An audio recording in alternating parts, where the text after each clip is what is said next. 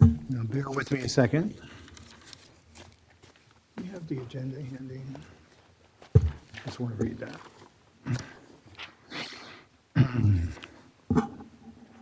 Adequate notice of this meeting was provided in accordance with the Open Public Meetings Act, NJSA 10-4-6, specifically on January 28, 2026. Proper notice was sent to the electronic news sources of record, filed with the municipal clerk at the Township of Bridgewater, and posted on the municipal bulletin board. Please be aware of the Zoning Board of Adjustment policy for public hearings. No new applications will be heard after 9:30 p.m., and no new testimony will be taken after 10 p.m. With that, I'd ask you if you're able to stand and join me in the salute of the flag. I pledge Allegiance to the flag of the United States of America and to the republic for which it stands, one nation, under God, indivisible, with liberty and justice for all.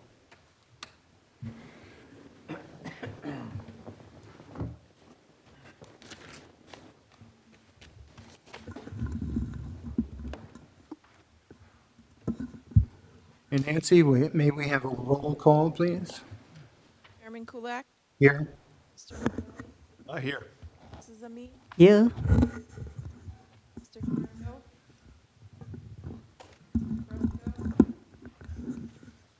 Ms. Henderson Rose, Mr. Gajewski, Ms. Wiseman. Here. Mr. Vesio, Here. Mr. Colucci, Here. Mr. Mignella, Here. Mr. Aller, Board Attorney, Here. Mr. Burr, Board Engineer, Mr. Mag, Board Planner. Quorum, proceed. Thank you. I'd like briefly to open the meeting up to the public to address this board on any matter that's not on tonight's agenda. So if you had something you wanted to ask us about zoning or something that's just not on the agenda, you're welcome to do so. And seeing none, I'm going to close that portion of the meeting. Nancy, do we have minutes or any resolutions for today? Not tonight. Okay, thank you. So we have a land development application before us this evening, and this is the initial hearing for application number 25-022-ZB.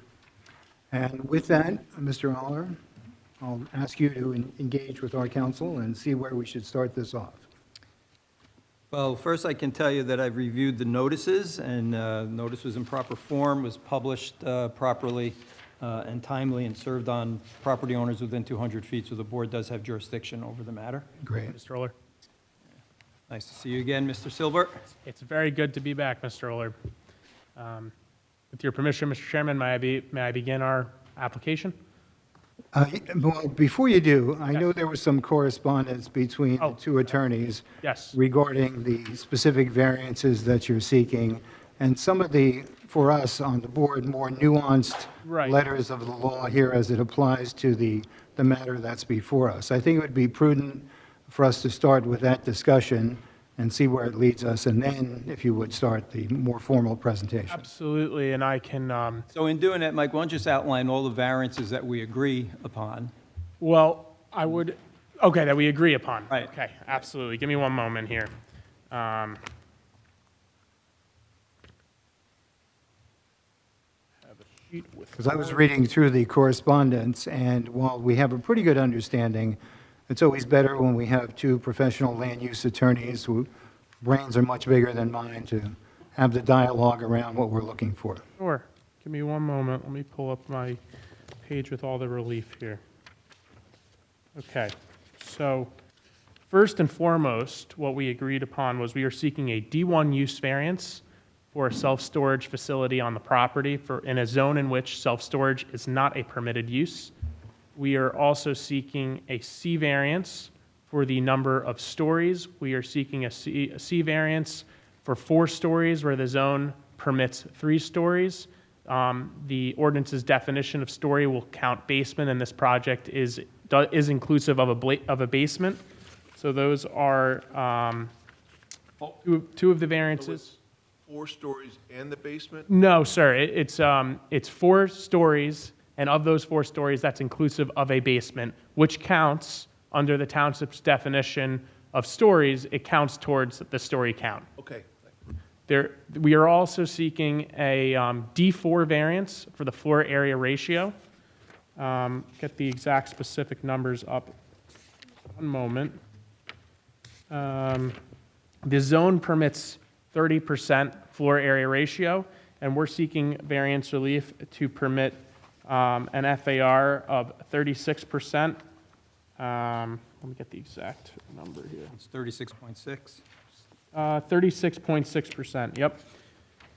And there were a number of design waivers that we are seeking, at least that I've characterized them as design waivers based upon this application or this property having gone before your planning board, and these having been identified there as design waivers. So there's a design waiver for the foundation plantings, where 10 shrubs per 20 of foundation are required. So 368 shrubs are required, 42 shrubs are proposed. We have a design waiver for street trees along Milltown Road, where 1 tree spaced 30 to 50 feet on center are required, which would equate to 12 trees, 10 trees provided. Design waiver for tree plantings per disturbed area, where 3 trees are required per 5,000 square feet. That equates to 69 trees, and we are proposing 18 trees. Parking lot tree requirement, another design waiver, 1 tree per 10 spaces, so that would be 71 spaces. 7 trees are thus required. I believe we're providing 7. Parking lot screening, make sure I have.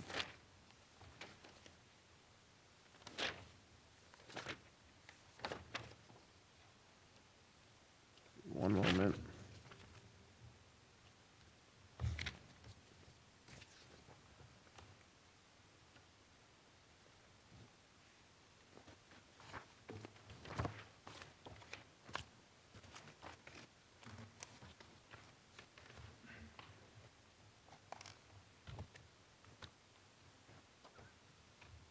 I had a list of variances here, and I don't see it. Here we go.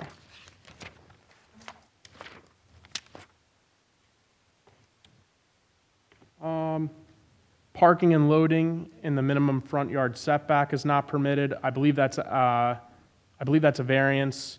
100 feet is required for the front yard setback, whereas 93.1 feet is proposed. Loading space dimensions, 12 feet by 50 feet are required. We're proposing 2 additional loading spaces from what exists at the site, 12 feet by 38 feet. We're seeking variance relief for the number of freestanding signs. 1 exists. We're proposing a second one at the other ingress egress. So 2 signs are proposed where 1 is permitted. There is also a setback design waiver with respect to the signage, where a minimum of 10 feet is required. And we'll have testimony on the exact distance. I believe it's approximately 7 feet, but wasn't noted on our plan set. I think that covers the relief. So as Mr. Oler was saying, these are the ones upon which we agree. Is that correct, Mr. Oler? Yes, correct. And then where we differ, and I think you saw it in Ms. Sarmad's report, is she's pointing out a D1 variance for having multiple buildings and multiple uses on a single lot. And Mr. Silbert presented a letter and some analysis to the board, which I read this morning. And, you know, in reviewing the land use chapter in Bridgewater, I conclude, based on what I've seen so far, that I think it's section 126, 323D, among others, just in general how you read the ordinance, that the ordinance requires, you know, those bulk requirements to be applied to each building separately, and really is read where only one building and one use is permitted on any lot, with the exception of, well, inclusive of residential lots, right? So, and Mr. Silbert's position is that, based on his reading, that multiple buildings and multiple uses should be permitted on commercial lots, not residential. Yes, any lot that's not single-family, and I think, you know, that's something that we can address in our presentation. I would ask that the board withhold making a final determination on that variance. We're prepared to put the proofs in front of the board should the board determine that that relief is necessary based upon the recommendation of Ms. Sarmad.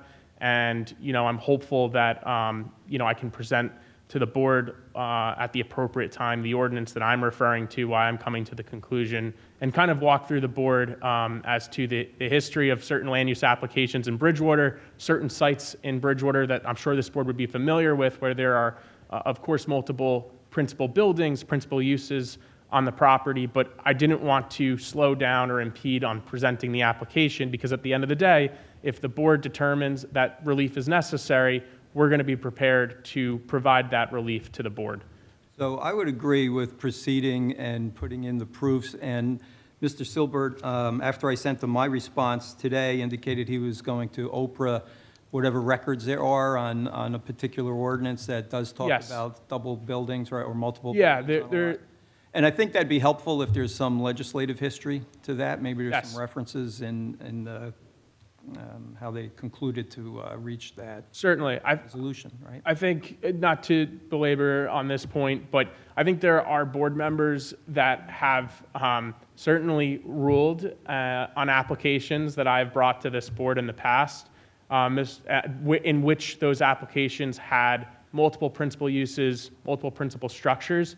Now, as Mr. Oler had pointed out, if the board had made an error in the past and they're seeking to correct that error on a going forward basis, that would not preclude the board from doing so with this application. My point would be that if there is a level of ambiguity in the ordinance where we're really not certain, then of course we would look at precedent, we would look at the board's past treatment, both the planning board and the zoning board, to determine if the language in the ordinance is ambiguous, how has the board traditionally treated that? Yeah, but ultimately, it's the board's call moving is. forward how it's going to treat that issue. Absolutely. So, And you're not suggesting in any way that this board has perhaps made an error in the past? I'm sure that's beyond the scope of... I actually am not suggesting that. I'm saying that the board has been accurate in its interpretation of whether multiple principal structures and uses are permitted in commercial and industrial zones in the township. Right. I wanted to ask Ms. Sarmad, since you maybe precipitated this discussion, if you would like to offer your opinion as well. I had a chance to speak with Mr. Oler, and, you know, discuss where this originated from and, you know, how I presented it in my review memo. I think his response to Mr. Silbert captured perfectly what my thoughts were in my reading of the ordinance. So I have nothing further to add. I'd be happy to answer any questions from the board or respond to anything, but I think Mr. Oler's response captured a lot. And you're satisfied with the dialogue between the two attorneys as to how we should proceed moving forward tonight? Yes. Okay, thank you. The thing that I'll ask is that in plain English, for members of the public who are watching at home on YouTube, or just the board members ourselves, what we're really saying is that we have one parcel of land, Correct. and upon that land, there will be two specific uses. One is already existing, the other one is proposed. The proposed use is for a self-storage facility, which is prohibited in Bridgewater, but at the same time, we're willing to consider the application on its merits. And then the nuances of the variance that you seek, and perhaps in a way to err on the side of being conservative, if it were required to meet that higher standard, you're willing to meet that higher standard by offering the proofs as required. Right, I want to make sure I'm very clear. I don't believe the variance is needed. Right. And I intend to provide evidence as to why it is not needed. But with that being said, I would ask the board to withhold their determination on the relief required until they've heard the entire application, absent the planning testimony, to allow us the opportunity to address that variance if the board so believes that it is needed. We are going to provide the proofs for that variance in the event the board determines it is necessary. Fair enough. That we are all protected. Great.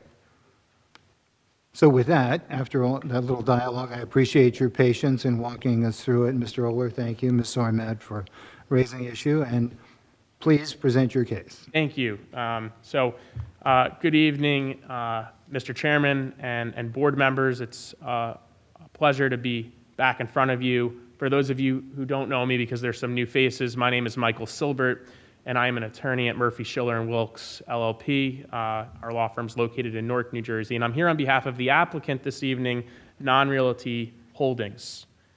It's NAN Realty Holdings, LLC.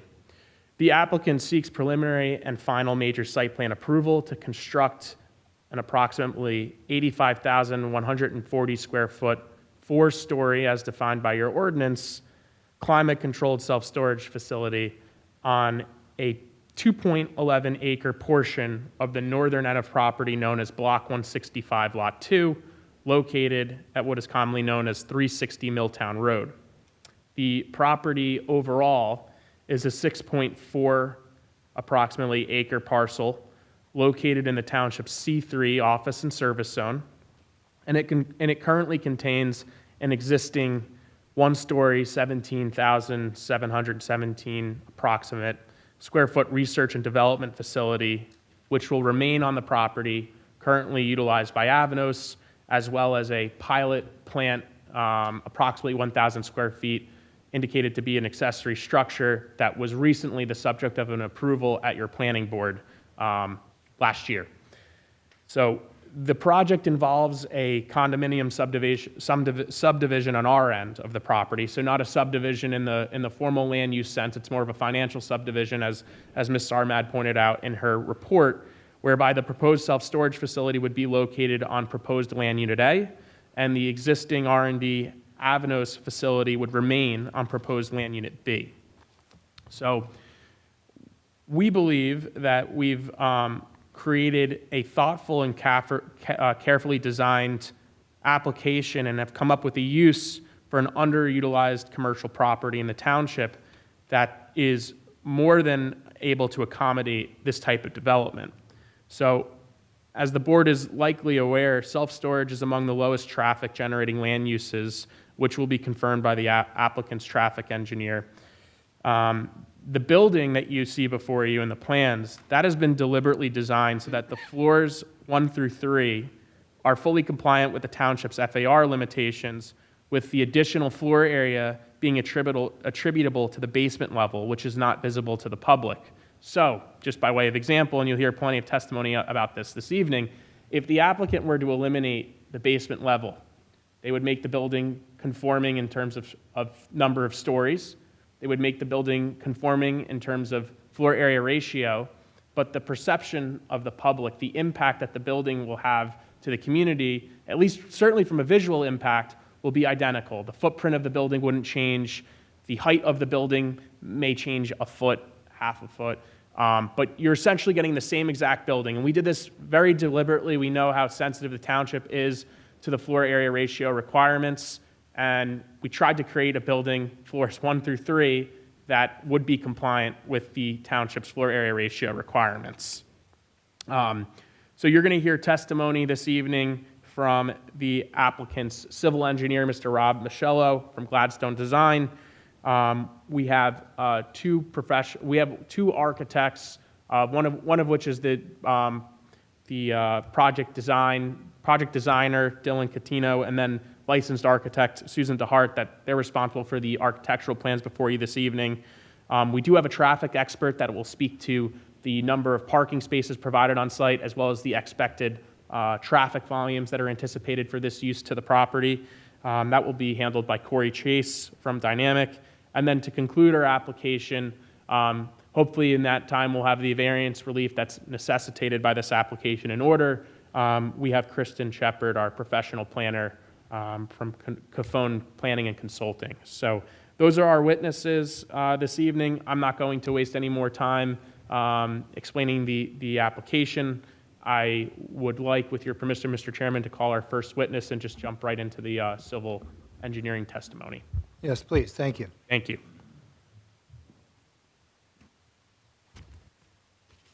Thanks, Rob. Now, Mr. Michello is going to introduce himself, and he's going to tell us about his credentials and... First, I'm going to swear him in. Would you raise your right hand? And I'm going to ask our professionals to stand too and raise your right hands, if you would, all. Right hand. You solemnly swear that the testimony you will give to this board will be the truth, the whole truth, and nothing but the truth, so I do. help you God. I do. And my left to right, Rob, starting for the record, everyone's name, please. It's, excuse me, Robert Moschello, Moschello, and my business address is 265 Main Street, Gladstone, New Jersey.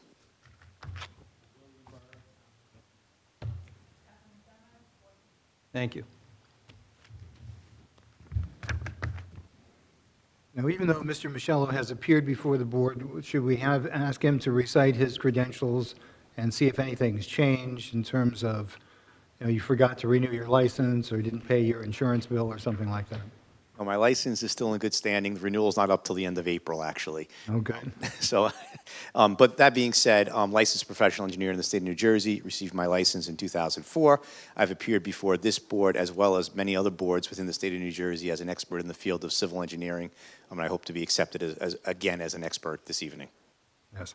And this board accepts your credentials. Thank you. Thank you, Mr. Chairman. Mr. Michello, thank you very much. Did you supervise or help prepare the site plan that's before the board this evening, as well as the other engineering materials before the board? Yes, I did. And why don't you walk us through the property here? I see you have an exhibit up there. Do we want to mark that? Right, I'll be more than happy to. So let's start off with, for the record this evening, this is Exhibit A1, and it's entitled Aerial Exhibit, dated March 24th, 2026. Just mark that on there. Mr. Michelle, would you put today's date on there as well, next to A1? Yes. Thank you. All right, so what I want to talk about this evening is first to give a little bit of history on this property to kind of explain to the board what's gone on here over the last couple of years and what the property is currently made up of in terms of the development that's there today. As Mr. Silbert pointed out, there's been some development occurring on this property over the last few years. We've actually been in front of your planning board twice, starting with 2021, when we came in to do a modernization of the existing office building. Actually, it wasn't an office building. It was an existing industrial building that's on the property. As Mr. Silbert pointed out, 17,717 square feet. And we came in at that time because the building was vacant. It was actually used to be a cheerleading facility that was there before it's been renovated, and before that it was an industrial use on the property. So the property owner at the time came in, went to the planning board, got approval to basically modernize the building and do some improvements on the property. And along with those improvements, they were able to attract a tenant that's in the building today, Avnos Incorporated. And Avnos was actually in front of the planning board in 2025, about a year and a half ago, because the type of research work that they do, they actually do what they call a carbon capture type of research, where they're trying to capture carbon dioxide that's in the air, pull it out, and basically convert it into water. So they had this whole process that they're working on, and they had a small model of that actually inside the building, and they wanted to build what they call a pilot plant, or a larger life-size model of that outside of the building for their own research purposes and ultimately for investment purposes and things like that. So they were in front of the planning board. The planning board approved that. I'll call it pilot plant or a research facility, and it's actually currently under construction today. So to talk about the property in general Before you continue, that which is under construction today, as you said, was approved by our planning board, and that is a larger working conversion of carbon into water or whatever Correct. they're doing. Is that when I was there today, the construction doesn't look like it's complete. There was also some drainage work being done, bringing in or covering up the pipe that they just put in and so on. Are you working on the overall site yourself, your engineering firm? Yes, we did. All aspects of this plan? Okay. So as you're going through this, that which was already approved, that which is under construction, you satisfied the planning board that that's acceptable. That is correct. We went through resolution compliance for both approvals, and the second one is under construction now, which is the pilot plant. Got it. And you anticipate, or do you anticipate when that construction would be done? That I do not know at this time. Fair enough. It's okay. Right. Please So- continue. Thank you. So we'll get to the improvements in a moment to talk about them on site, but just to go back for a moment, the property itself is Block 165, Lot 2, 6.409 acres. It's within your C3 zone, and for this particular location here, there's 3 lots that are in your C3 zone. Lot 1 to the north, Lot 2, which is us, and then Lot 3 to the south, which is actually the Somerset County Park Rangers office building that's down here. So your C3 zone is really just these 3 properties right along here that you see this triangular shaped piece here, this wedge, if you will, that goes to the north on the plan. We front on Milltown Road, which runs in a north-south direction on the plan here. You've got the North Branch Park to the west of the property, the North Branch of the Raritan, which is down here.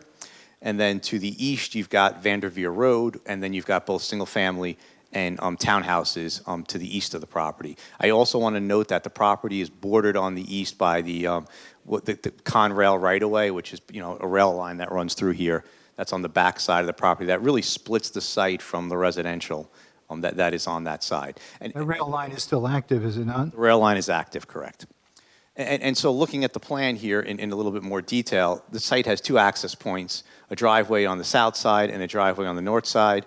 There's the existing building that's there today. As I mentioned, 17,717 square feet of existing building. When we got the approvals back in 2021, we did not increase the size of the building. Really what we wanted to do was modernize the look of it on the outside. And then, of course, they renovated the interior of the building for research and laboratory use to attract a tenant, which is now Avnos. In terms of that building height, the existing building is 27.5 feet at its highest point. And you can see the building on the plan here in this sort of an L-shape location on the site there. It actually has access to on the south as well as access on the north. There's loading on the south and loading on the north as well for that building. Again, it was an industrial building, so it had higher ceilings for what was going on there back when it was originally constructed. I do want to point out the existing parking on site. It was not increased with the original application. It's still 61 spaces is what was supposed to be striped on the property. I know the parking lot has had some construction on it, and I don't think the striping was all fully completed or it's worn off a bit, but there's supposed to be 61 parking spaces on the site today, and that complies with your ordinance requirements for parking for a laboratory office type of use. In terms of the existing lot coverage on the property, it was with the original building, the parking lot, the driveways, and taking into account the pilot plant building that was recently approved and is under construction, the lot coverage is at 25.7%, and your ordinance is 60% for reference purposes. And we had from the original lot coverage, it's a few percentage points increase because of the pilot plant work that's going on there. And we did add, under the original application, we did add some sidewalks and for providing ADA accessibility into the building. It did not have an actual ADA ramp to get from the ADA parking spaces into the building. We added that as part of the 2021 application. So the impervious coverage was slightly increased with the first application, and then the pilot plant brought it up to 25.7% on the property. Another improvement that we did do for this site under that original application was the public water line actually stopped right before the bridge here. There's an existing tributary to the North Branch that runs in an east-west direction. So that water line actually stopped right before the culvert. And as part of that application, the property owner worked with New Jersey American to extend the water line along the property frontage. So that allowed us to bring public water into the Avnos building. And that will allow us to also have public water for this application as well. But that was extended by the property owner back in 2021. I'm going to move to my next exhibit. Excuse me, that water line, though, the extension was meant only to serve the property that we're describing today, or did anybody else benefit from that water line being extended? It's a public line. New Jersey American Water owns it, so anyone else could connect into it. We stopped it at basically just right around, just past the driveway, right around here. If anyone else up north wanted water, they could certainly work with the water company to extend it in the future. Because the 4-H Fairgrounds is there, they have their baseball fields, restroom facilities there. I don't know what they're using now, but if they chose to, they could tie into that line. If they wanted to, yes, they could connect off the line that's here. It's public, it's actually in an easement on our property, but the easement's to New Jersey American Water. Okay. And everyone has rights to that under their tariffs. Thank you. All right, so I want to talk about, just in a little bit more detail, the existing environmental constraints. So I'm going to move to my next exhibit. While you're doing that, is there a way that I can have my screen appear on the monitor? There is a way, if we're really, I don't know if I have- if we're really nice, Suzanne may be able to help us, but I thought that she had made that offer earlier, so maybe I was mistaken. She did make that offer. And you prematurely turned it down, is that? Oh, okay. Suzanne, can you help us? Is that possible? I connected into this, but that, I don't know which. Okay, thank you very much.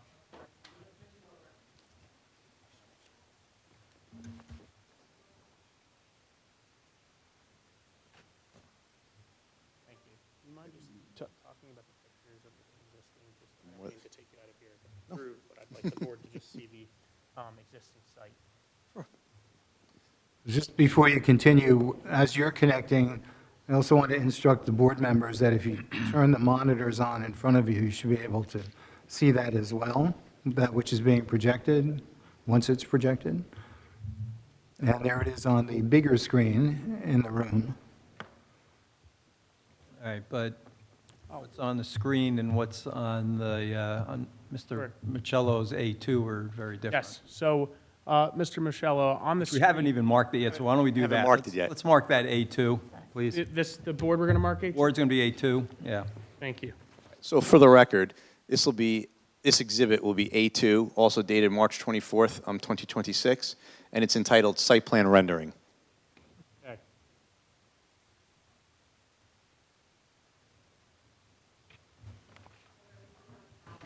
I'm good on power. Thank you so much. And then, Michael, as we go through whatever you put up on the screen, we're going to mark those. And if you haven't already emailed those to Nancy, you'll need to do I that. will do that. There are a collection of photos that I'll ask Mr. Michello to verify that they were taken yesterday afternoon of the existing building on the property. If we can mark those as A3 site photos dated March 23rd. How many are there? There are a total of 2, 3, 4.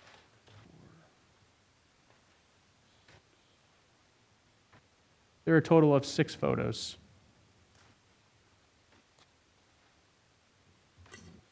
Yep. 6 photos. 4 of them are, I'm sorry, 3 of them are taken from the other, they're not taken on the property, they're taken to the east of the property by Doolittle Road. But for purposes, He can authenticate them. Yes. As we get to them. Okay. yep, it will only take just a minute. I just wanted the board to see the site in its current configuration if any board members didn't have the opportunity to make it to the site. So, Ready for yeah, so, Did you want to talk us through your pictures first? yep, very quickly. So, Mr. Michello, this is the correct, please clarify, is this the location of the area on the property where the new self-storage facility is proposed? So this photo that you see on the screen here is actually, and just to give everyone an orientation, I'm going to go back to A2 for one moment. I'm sorry, A1.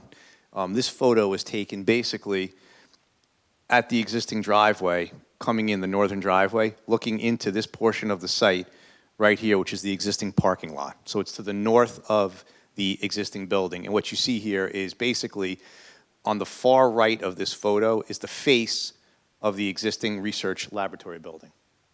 So you could get a sense from where we're proposing, looking out the left side where that black car is parked, is generally where the new building is going to be, going to the left off photo.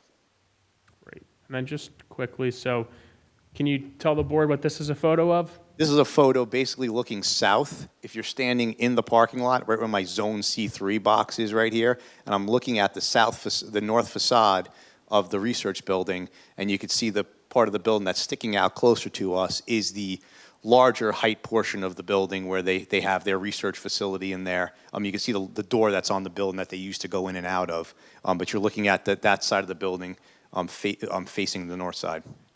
And these bunch of photos, and I can get to them later on in our presentation, can you verify that they were provided to you yesterday, that they were taken on March 23rd? Yes. They're accurate representations of the property today? Yes, they are. Great. So for the time being, that's all I wanted to show the board for A3. Thank you. Thank you. Thank you for indulging me, Rob. No problem. So back to, just to finish up some of the existing conditions on the property before we get into the proposed. And I wanted to just flip to the rendering here because it shows some of these features.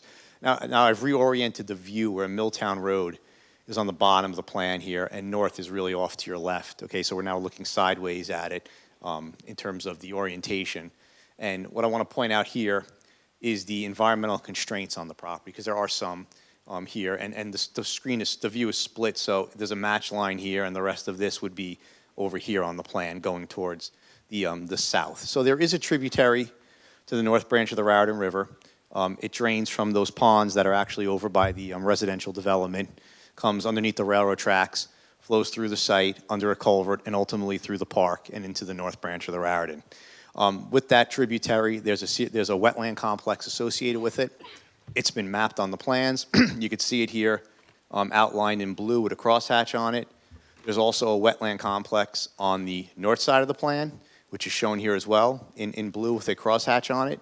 Those wetlands were verified back in 2022 with an LOI. They have a 50-foot buffer associated with them, and that LOI is valid for 5 years.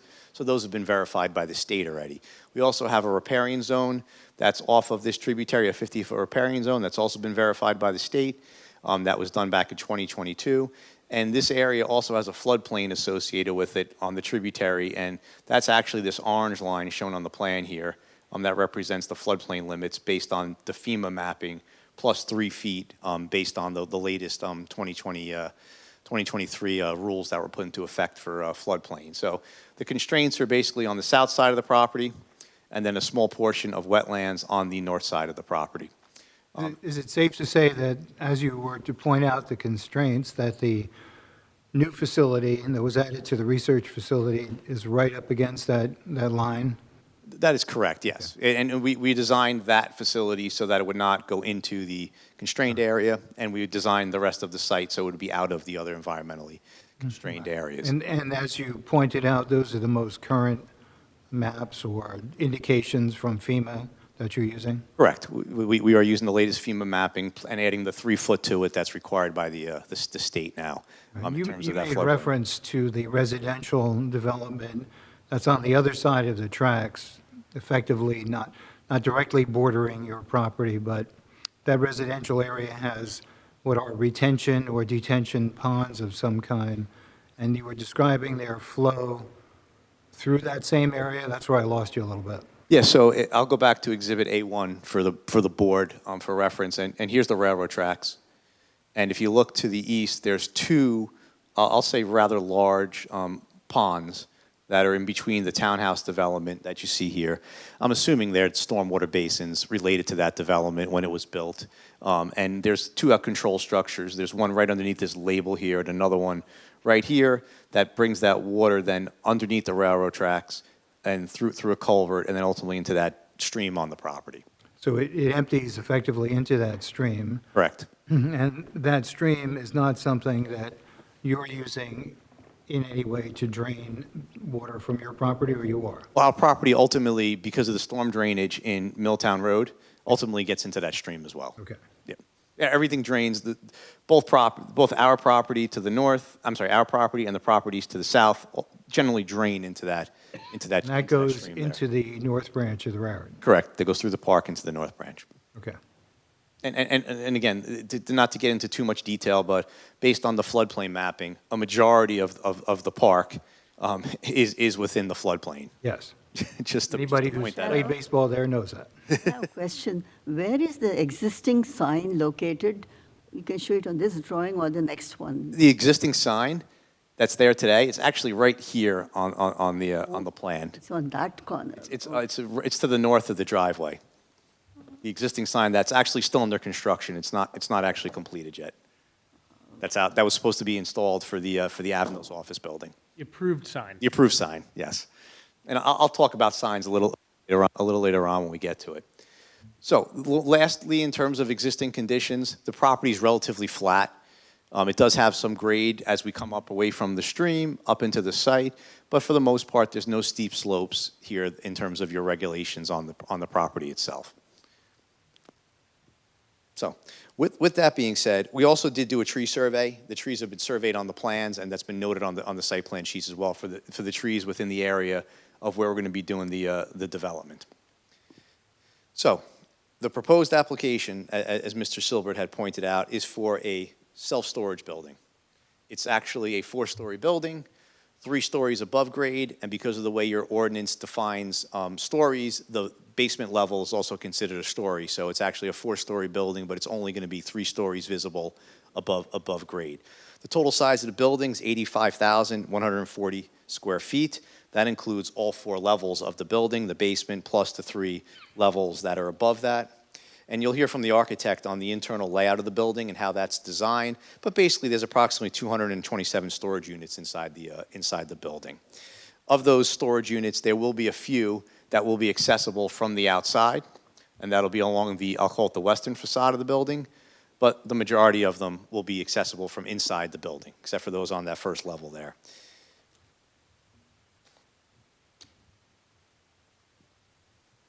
So in terms of the overall building square footage, I mentioned it's 85,140 square feet, but Mr. Silbert also pointed out that we designed the building in such a way that the first 3 levels of the building would be above grade, would actually, when you add that up with the existing square footage of the office building on site, okay, you would have a total square footage of 81,727 square feet, which would be just under your 0.3 FAR, so it's 0.292.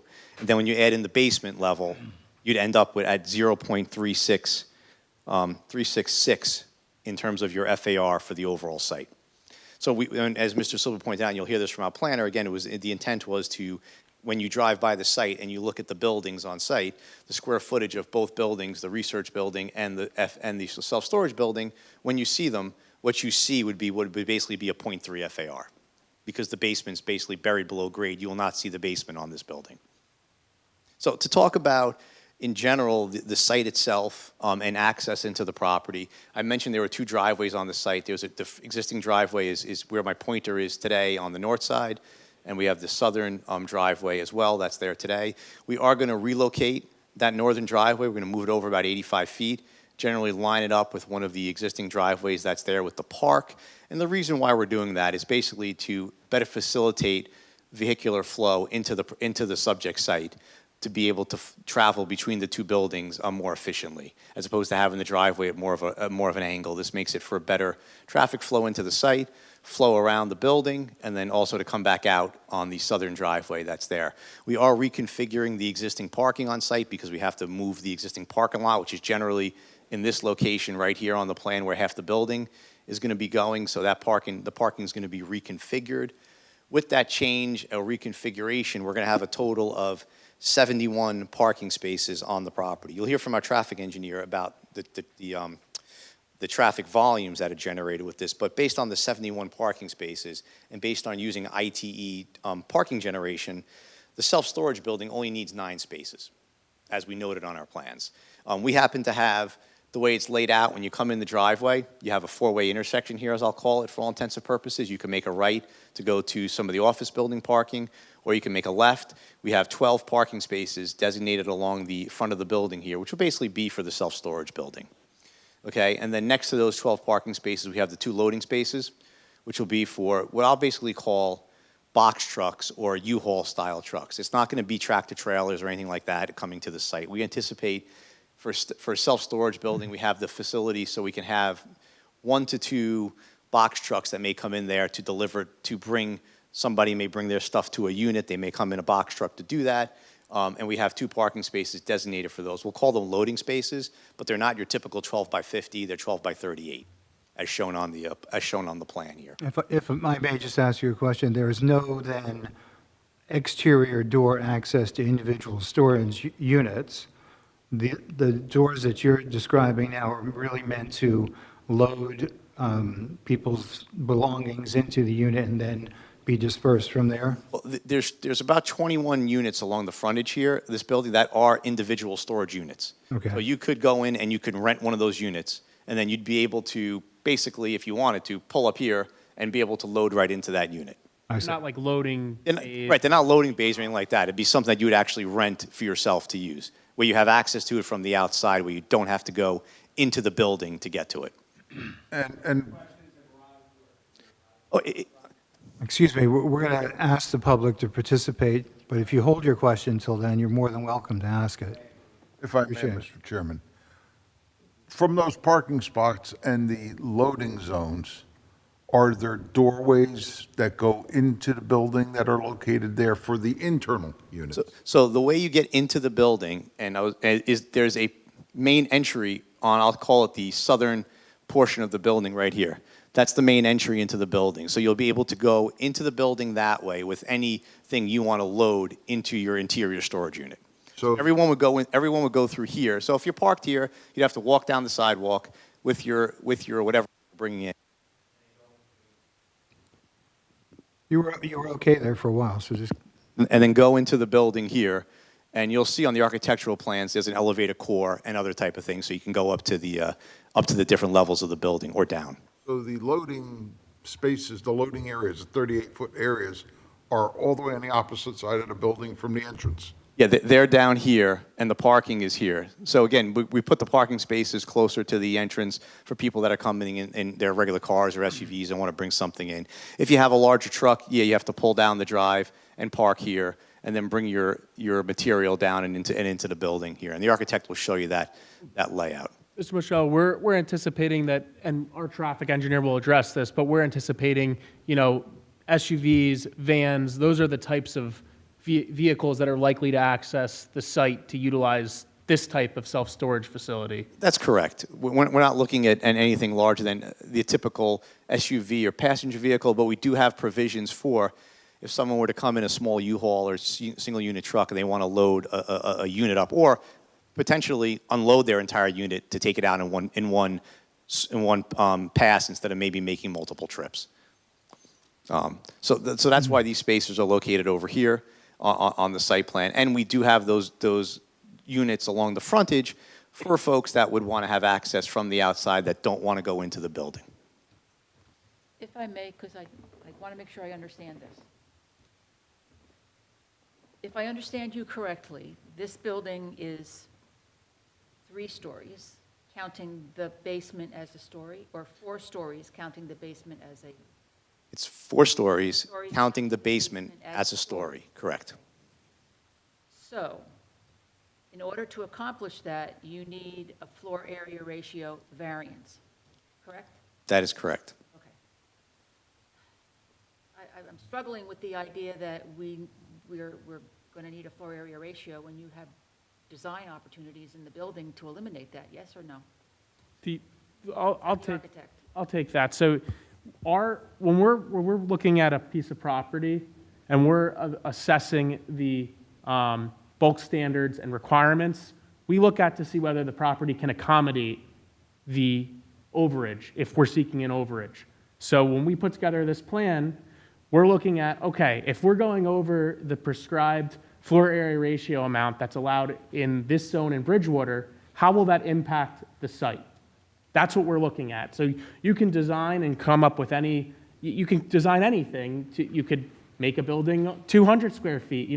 It is possible theoretically to design any building that needs to be designed, but we try to assess, and you'll hear from our planner, the impact to the community if we are seeking a deviation or a variance and coming up with the appropriate plan to present to you.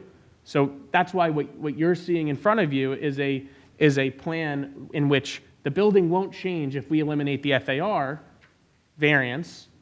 The basement would go away, but we're not perceiving the basement or the increase in FAR as having an impact, a negative impact to the community. We're seeing that the site can accommodate that overage. It doesn't look like it has a floor area ratio problem. Oh, sorry, pick one. Because it doesn't appear to have a floor area. It doesn't look big enough because you can't see the floor that's underground, so to speak. That's absolutely correct. And on the intensity or impact to the community, when you typically see a floor area ratio, you're expecting consequences such as a significant increase in traffic, by way of example, that could impact the community. But because the use, and we'll hear testimony on this this evening, is such a low driver of traffic, we're not concerned of any type of increased traffic to the community or to the site because this use doesn't generate traffic. So if it was an office building, you could have 100 more employees coming to the site every single day, or a research and development facility. You could theoretically have 100 more employees coming to the site every day due to a floor area ratio overage of this magnitude. But for this use, you're not going to have that. We will testify and hope to present to you that you will not have that type of impact. All right, I'll wait to hear everything else. Thank you.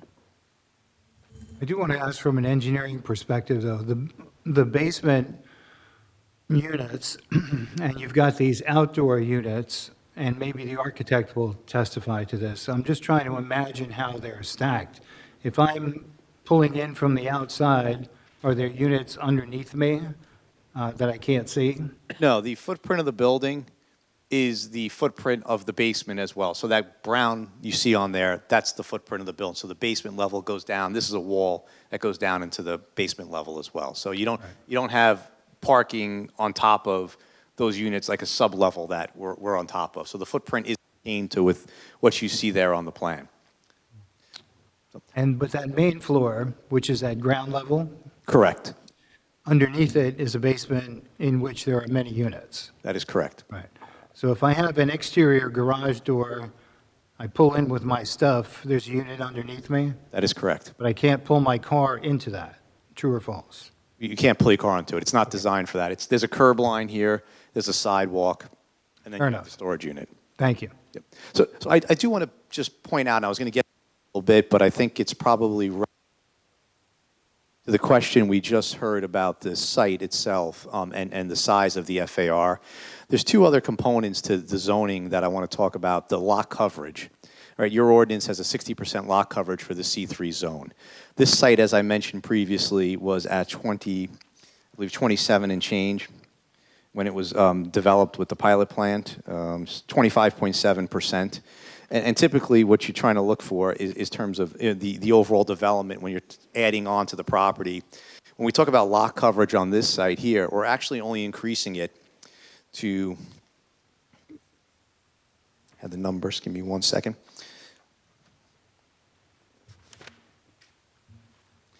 To 36.6% lot coverage. So it's only an increase of 30,425 square feet over what was previously approved and constructed. So it's only going up to 36.6% over the overall property compared to what your ordinance allows up to 60%. And one other aspect of it that I think is interesting with the lot coverage is the existing pavement on the property today. The existing, before we do any development, is about 45,000 square feet of pavement on the site today as impervious coverage. And even though we're reconfiguring everything and we're adding a few more parking spaces, we're making it a little bit more efficient. So we're ending up with the same impervious coverage of parking, approximately 45,000 square feet of pavement as well. The difference here is the building square footage is going up because I'm going from a building of just this building at around 17,000 square feet, and I'm adding another 20,000 and change for this building footprint here.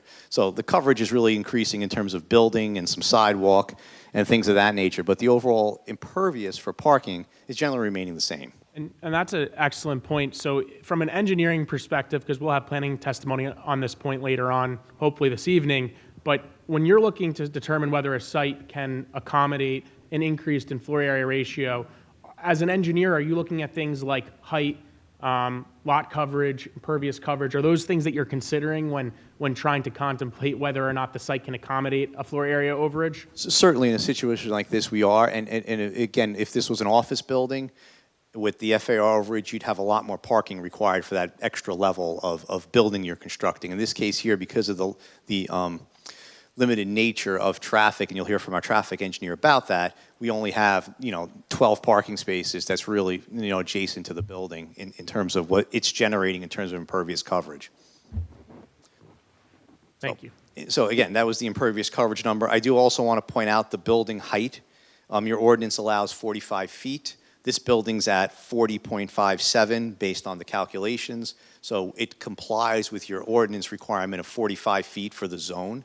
So we're actually in compliance with that. So regardless of whether or not it has a basement, the height would generally be 40.57. It might vary by a couple inches if I'm slab on grade versus a foundation. But for the most part, the height would generally be the same, whether I'm a basement or I'm slab on grade. That's significant, though, if you agree with this, because theoretically, the applicant could have come in with a building that conforms with 3 stories and could have applied or could have presented an application for a building that was 44.99 feet, and that would be permitted. It'd still be permitted, correct.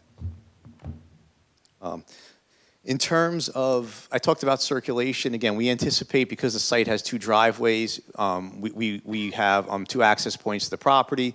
You have an access point on the southern side for a portion of the research building, and then you have an access point on the northern side. You come in the site, if you go into the self-storage building, you go to your left. Go into the office building, you go to your right. You could also drive around the back of the building. We are relocating most of the parking spaces that were in this parking field. We're putting them behind the building, up against the railroad tracks. Again, the railroad tracks has an elevation difference of anywhere between 8 to 12 feet. So those parking spaces in the back here really are not going to be visible from anyone on the residential side. They're buried back there behind the railroad tracks, but nonetheless, we're going to put them back here where we have room to place those. We're adding a couple more parking spaces on the south side of the building, just to kind of fill in some of those areas that are adjacent to the driveway now, ultimately to get us up to those 71 parking spaces. Mr. Silbert did talk about the condo line. Again, we're looking to condo this site. It's not a subdivision from a zoning perspective. It's strictly for condo purposes, for financial reasons. And that's this purple line you see on the plan here, which basically splits the site into 2 condo units. Land Unit A, which is 2.114 acres, and Land Unit B, which is 4.295 acres. And that's strictly for financial purposes, as Mr. Silbert had pointed out. We're not doing anything from a zoning perspective as it relates to that line. We're still treating everything as the overall tract that we show here, the 6.409 acres, but we're not doing anything to those numbers from a zoning perspective. In terms of getting into, besides that zoning comment, we talked about building height, building setbacks. The building generally complies with all your setback requirements. It's a 100-foot front yard setback, 100-foot side yard, and a 10-foot rear yard. Building complies with all the setback requirements of the zone, as shown on the plans here, so that's in compliance. We are showing on the plan, and this was based on a conversation that we had with your fire official, actually back in the fall when we had met with him. He had requested that we provide on the plan a fire access road or drive on the eastern side of the building, between the building and the property line, as well as an access on the western side of the building, and of course you have access on the southern side. So we're proposing on the plan here a 20-foot wide stabilized turf access drive for the fire trucks or any type of emergency service vehicle to drive down there. I will note that the review letter from the fire official does mention he was asking for a 24-foot wide road. When we had met with him back in the fall, he had suggested 20-foot would be amenable to him, and that's what we show on the plan, but his letter does say 24, so I have yet to be able to reach out to him and connect with him to talk about that.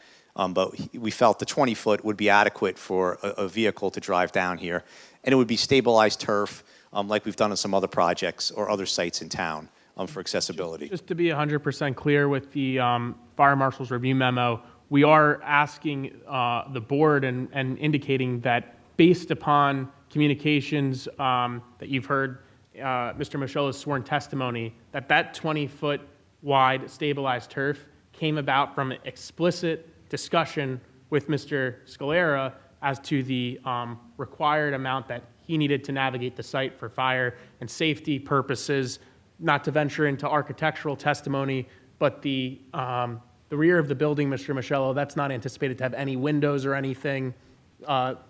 Yes, so you'll hear from our architect, but this eastern facade of the building here has no doors, has no windows, has no roll-up doors for access or anything like that. That is just a solid building wall on that side. Architecturally, there may be some components to it that will make it look a little different. I'm sorry, before we get away from the fire marshal's report, when did you have that conversation with him? So I was checking my calendar right now to see if I could figure out the date of our informal conceptual meeting, which unfortunately is in the calendar of my prior firm because it was long before we submitted the application. All right, so it it was would have been in July before- 2025 or August 2025. Because his report is dated only about a week ago. That's correct. So, we would really have to rely upon the very current report, not a statement that maybe was made a year and a half ago. Well, I'd like to expand upon that discussion, and I can appreciate what you're saying. So I think the applicant really went above and beyond here. I've handled a number of applications. I've never met with the fire marshal before submitting an application. We brought a concept plan that reflects something very similar to what you see on the board this evening. And, it changes everything. It's a major financial investment for an applicant to retain all the professionals involved to come here this evening and prepare a plan like this before you, and to have a representation made that a 20-foot wide fire access way, particularly in light of the ordinance, which requires only a 10-foot setback, but that's another point. That's something that the applicant relied heavily upon, and obviously Mr. Scalera isn't here. We relied heavily on it, but no one sent them a confirming letter to say, hey, at this meeting, we're relying heavily on this. Here's my confirming letter that we only have to have a 20-foot wide? Of course, I did not send a confirming letter. But it's an informal meeting, but I'm suggesting to the board, obviously the board would want to come up with the safest option for any site, but you're going to hear testimony this evening from our professionals that the proposed layout with a 20-foot wide stabilized turf area for fire access is in fact safe. And It would seem to me it would be prudent for you to meet with Mr. Scalera again and say that you proposed a 20-foot access road behind the property that stabilized turf, and see if he would agree that it was adequate. Because if he doesn't agree, then obviously we're at an impasse. We've got to change something. Because he's specifically saying he reviewed this plan and he wants 24 feet. so that is certainly next on the list of things to do, which is to contact Mr. Scalera. Right. Absolutely. I plan to do that. We will do The other that. thing I wanted to point out, though, is you had made reference about how earlier boards may have consulted with the fire official, or there was something that you were describing that at times the board did not get the fire official's opinion, and I'm not certain what you were trying to get at there, or maybe I misheard you. Yeah, I think what I was saying is that the applicant, in my opinion, having handled a number of applications, we went very far above and beyond to meet with the fire marshal in advance of preparing this application with the foresight to understand that we're going to go in front of the board, we're going to get a fire review letter right before the No, I got all hearing. that. The inference was that we don't do that with, or other applicants don't do that. No. Any applicant is, any member of the public for that matter, is afforded the opportunity to go in for an informal conceptual meeting. The fire marshal a lot of times is not present, it isn't expected to be there. So I'm saying for this application, we wanted to make sure, at least for the preliminary discussions regarding it, that the fire marshal was present and able to weigh in on it. That's what I'm I saying. really don't want to spend a lot of time on this. I just want to state for the record that it is very often that this board we'll have a letter from the fire marshal Absolutely. indicating what his requirements are as we hear the application. Always. And I understand, too, that there are times when you may have had a conceptual discussion, but as I outlined before, you need to go back to him, get his opinion on the 20-foot stabilized turf, and if not, then we have to make some amendment to the plan or some other device. Mr. Burr, you look like you want to say something, so I'd love to hear your opinion. Yeah, I just wanted to, for the board's benefit, just expand on Mr. Silbert's explanation of what transpired. July 10th, 2025 is when that informal meeting was held. Now, Michael is correct. Typically, if an applicant, a prospective applicant, wants to meet with the board's professionals, i.e. Catherine and I, an informal concept meeting is the avenue to do that. Usually Nancy is at the meeting, as well as the Director of Municipal Services. Typically, the fire official is not present at that meeting. In this particular case, when we looked at the initial concept, because of the constraints and the narrowness of the property, we asked Tom to take a look at it at that point in time, mainly because we knew typically he wants 360-degree access around a building. And that was not going to be possible here. So Tom joined the meeting, took a look at this, and he actually relaxed informally his standard on having full circulation. And he did say that he'd be okay with just a driveway to the rear.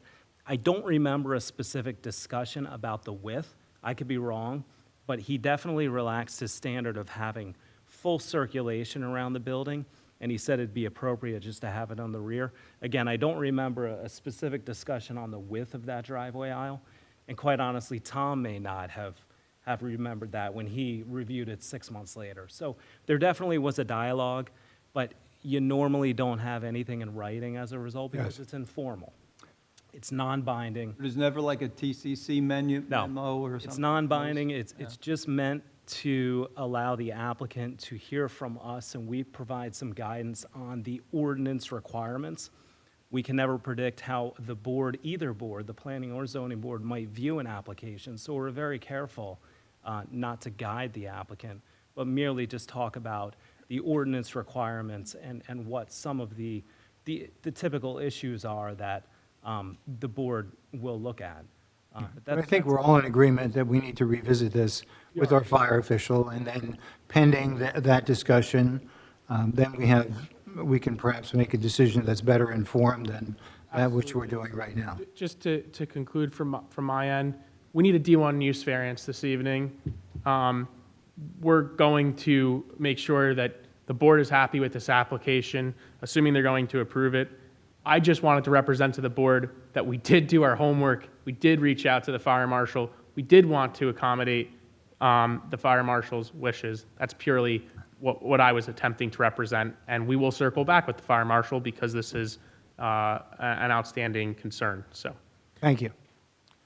So, Mr. Michello. moving on from the fire access on the rear, I do want to point out that we do have the same 25-foot wide on the south side and 25-foot wide on the west side going to the corner of the building here. Basically, it stops there because of the fact that we've got a wetland buffer that we really can't get past at that point. But we have given what I would say 270 degrees of access around the building subject to a discussion with the fire official. On the existing property, is that also 20 feet behind the building?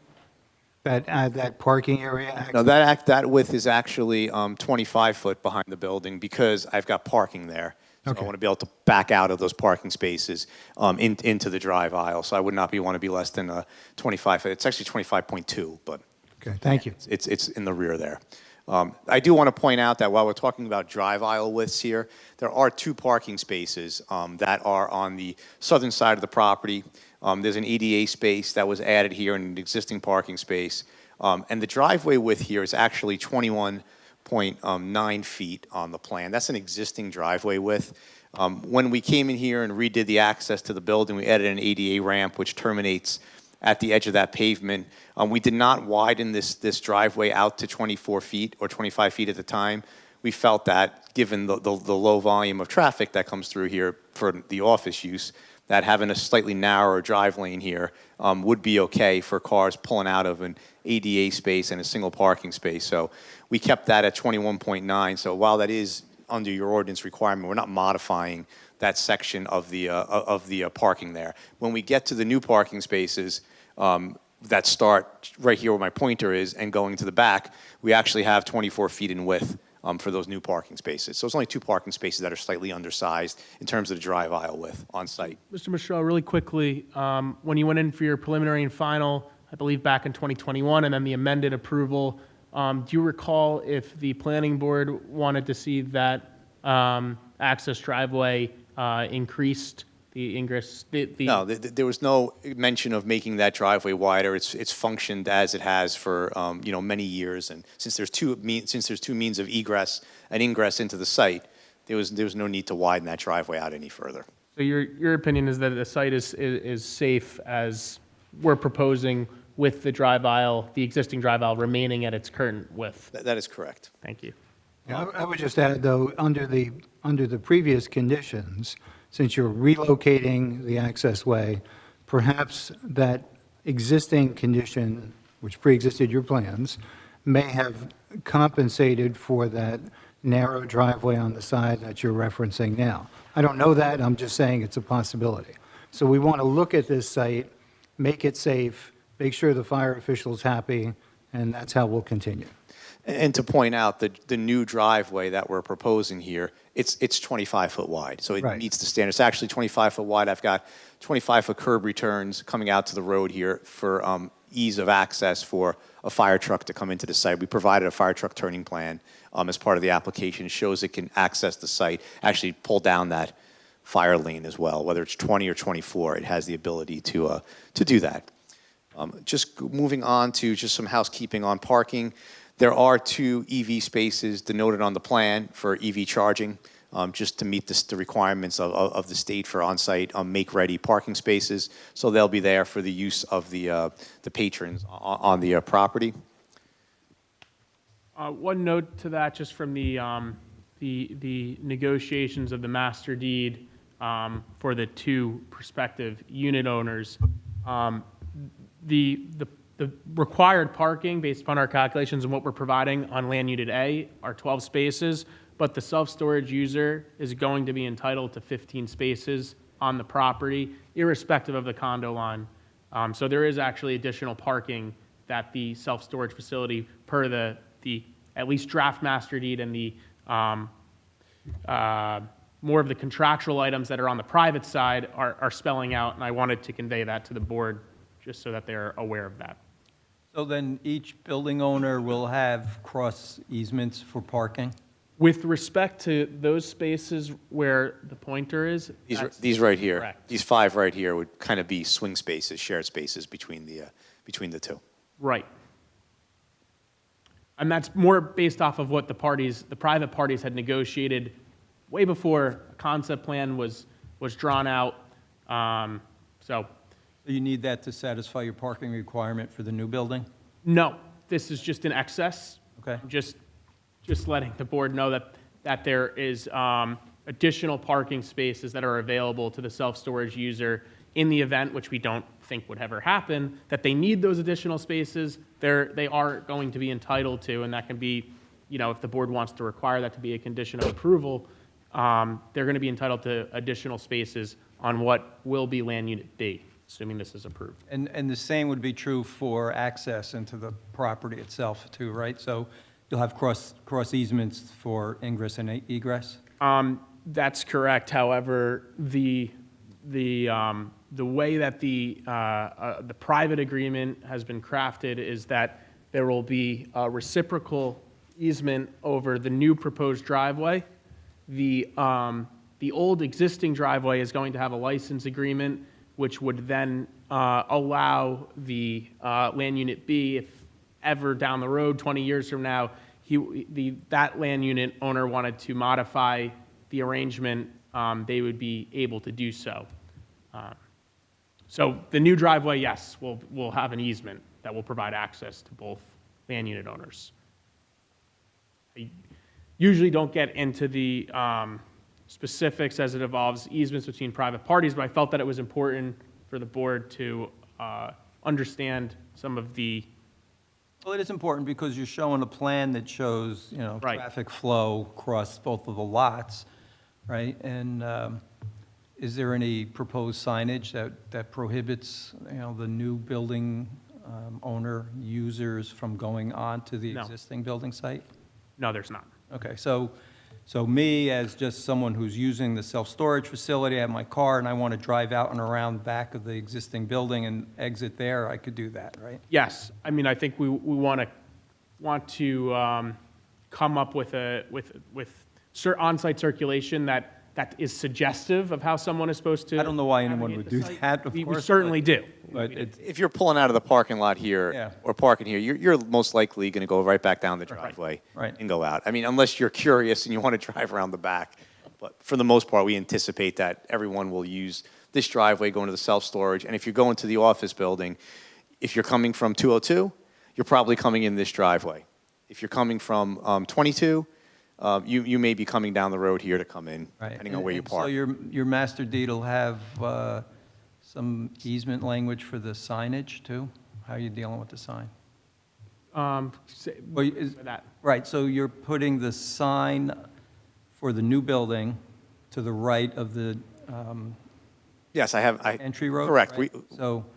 So it's not yes. on unit, whatever that is. It's It's not on Unit left one A, right? So it's not on Unit A, it's on Unit B. Yeah, I believe that the way that the master deeds prepared as it relates to signage, is those are just considered to be common elements of the site. Why?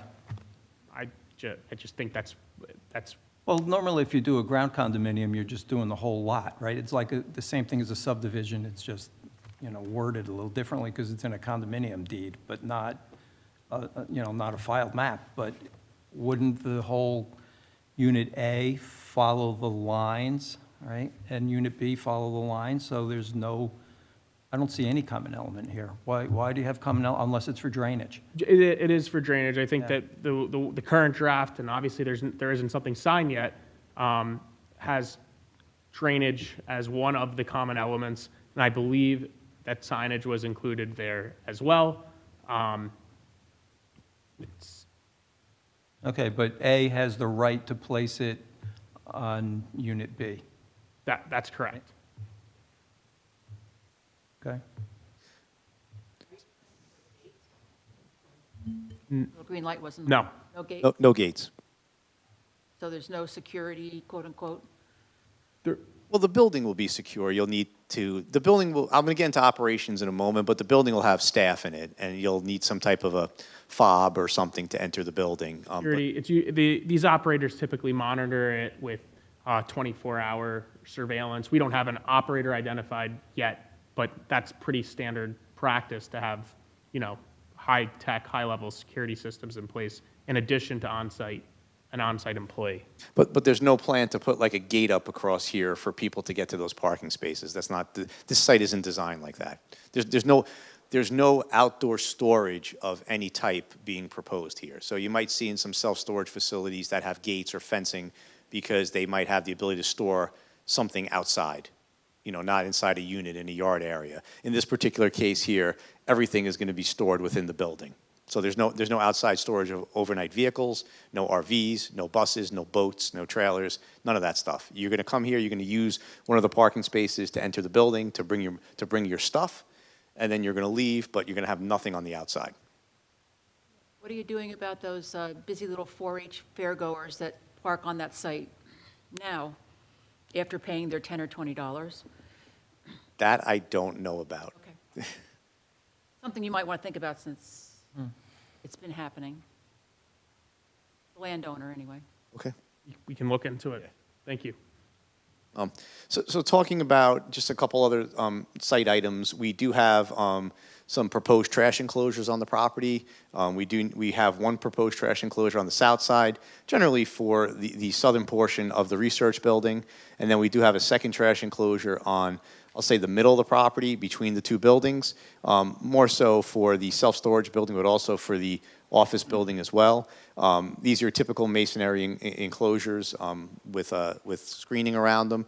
we don't anticipate the way these self-storage buildings are set to work with the tenancy and the lease agreements, and Michael, you could comment on this as well. The trash enclosures are not designed for people to empty their units into. And that's pretty strictly enforced Right. by the operator or owner of the building. That trash enclosure is really for the office use of the building to use for trash purposes, or for the operator to use for trash purposes. If someone were to clean out their unit into the trash, that would be enforceable under the lease agreement. Right, yeah, we would, the operator would include something to their lease that basically says that the refuse dumpster is not to be utilized for, disposing of your personal belongings, things you don't want anymore. And I've seen other operators where they enforce that through their surveillance systems.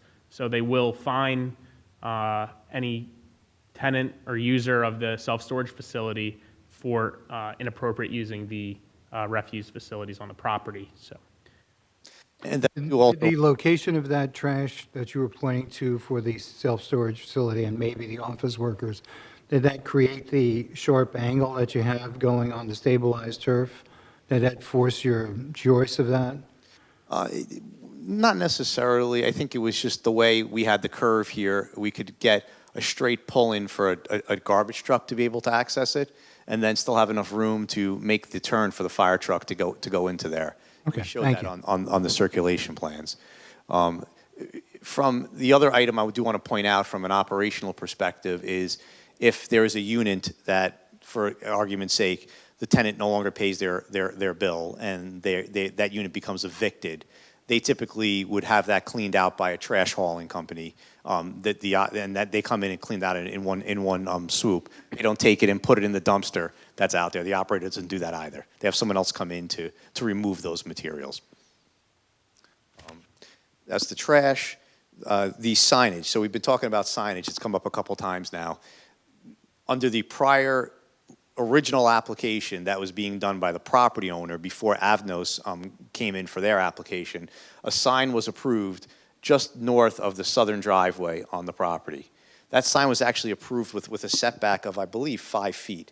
And for whatever reason, as it turns out, when we were going through the ordinance, there is a design waiver needed for sign setback. I don't know why, when the 2021 application went through the planning board, no one picked up on the fact that we needed a setback. We missed it, the planning board missed it, and the other folks that were involved back then seemed to have missed it as well. But in any event, the sign is approved. It's quasi-constructed. The foundation's in, the walls are in, but the sign itself isn't actually finished for whatever reason. I don't know why it's not done, but it's there. It just needs to be finished. And we're proposing a second sign because we have two driveways just south of the northern driveway here on the plan. We're proposing that sign to be set back a distance of 10 feet from the right-of-way line. Your ordinance requires 20 feet. The sign itself is 18 square foot in size, which is less than 25 square feet, where we'd allow it to be 20 feet from the property line. The reason why we're setting it at 10 feet is just behind that sign, and you'll see it out there now on the existing site. There's a hot box that was put in for water service to the building. We're also proposing a hot box. You can see it on the plan here. It's a concrete pad with a hot box for water service to the proposed self-storage building. New Jersey American Water requires these hot boxes if your building's more than 50 feet from the road. So we have to have this out there for a backflow preventer and meter. So we want to put the sign in front of the hot box so it has visibility for people driving along Milltown Road to be able to see that sign. So that's why we're asking for the deviation from the setback of 10 feet as opposed to 20 feet, which would put it back in line with the hot box and block its visibility for people traveling south on Milltown Road. Rob, did you say what the setback would be for the proposed additional freestanding sign? That is actually at 5 feet. 5 Oh, feet. no, I'm sorry. For the proposed sign is 10 feet. Yes, for the proposed sign, it's 10? 10 feet, yes. Okay, okay. And that sign's going to be completely identical in nature to the... The size will be. When we did the plans and submitted to the planning board, submitted to the Board of Adjustment, we kept the same sign detail that we had for the original office building plan back from 2021. And while the square footage of it would be the same, the sign actually showed 6 tenants on it. The original property owner thought he might be able to tenant the building out to 6 different users that could be in that building based on the square footage. So we showed 6 tenants on the sign. And again, I'm not sure if that's still the intent, but we will have to just take a look at the detail of that to see if it's still going to be a panelized sign with a number of tenants on it, or if it's going to change to something a little different. But the size will remain the same. Yeah, the actual, just because we're on the topic, Avanos is the sole user of what will be Land Unit B, so we anticipate the signage will reflect one sole user, so you won't have 6 panels because there aren't 6 tenants, and we would anticipate that if approved, that the freestanding sign on, still Land Unit B, the new one would reflect a singular tenant as well. And Mr. Oler, maybe you would comment on this question that I have. When Mr. Silbert is referencing, or Mr. Michello is referencing, approvals that were made by the planning board contemplated those approvals as they pertain to the larger property with only the improvements that we see there or those which had been recently approved. Yes. Now you're coming to the board and the zoning and asking for variance relief and some other things, and now we have to look at the property in its entirety. And so this zoning board has fairly wide latitude in what they may require while still respecting perhaps some of the decisions that were made. But Mr. Oler, what are our limitations here? Can we look at the existing building and say, we want to make some suggestions as it pertains to the development, or are we stuck with what we have there? Well, the existing building is built, right? Yes, it is. Yeah, so there's really nothing before the board that is being proposed on the existing building. I would say, though, since we will have, assuming an approval, a D1 use variance, anything that goes on that property in the future is coming to this board. Right. It's not going back to the planning board. So anything that happens on the existing building in the future is going to come Right. here, right? Board would retain jurisdiction, and I imagine you would include that in your resolution. Yeah, and so I don't see anything that's before the board with respect to the existing building. No, they made reference to the sign, and the sign was approved but never built, or Yeah, it was but in the proposed. process of being built Right, I mean, by permit, yeah, it's I been would, drawn. because we're seeking a use variance, if the board looked at the site and said that there is, we feel that there is a substantial detriment or a safety risk or something for this use variance we're seeking, unless you make modification to something on Land Unit B, then I could understand, that could be grounded in something, but otherwise, I wouldn't say it's appropriate to go back and say, well, I don't really like the sign there. It'd be better if it was a little bit further back or something. Like, you see, if you could see the difference of what I'm trying to explain. One is directly tied to the relief that we're seeking versus one is more just personal preference. They're different areas. Yeah, and I just want to clarify for the board that if, in fact, we're looking at the decisions that are before us, we're not going to be addressing those if there were any issues on the existing building, unless you were to make changes, and then the board would be asking you to come back at that point. So what we're focused on today is the improvements that you're suggesting and how that plan lays out. That's correct. Right. But I think it's easy to get, when you talk about shared parking spaces, then it blurs the line, at least in terms of what we're looking. So does that belong to you?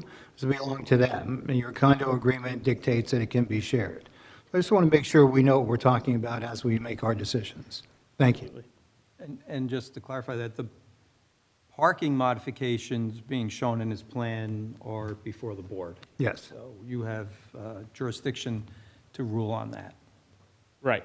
But I would say that jurisdiction in the sense that if the planning board determined that the parking provided for the R&D facility was adequate, and there's no, if the board was not presented with evidence to suggest that the parking that was provided to the R&D facility was problematic, I would say, yes, parking is within the board's purview 100%, but I would think that the board would lend a lot of weight to the success of the Avanos facility and its current parking configuration, or at least parking count, I should say. And I'm not trying to confuse the issue, but you do propose relocating parking as it pertains to both buildings.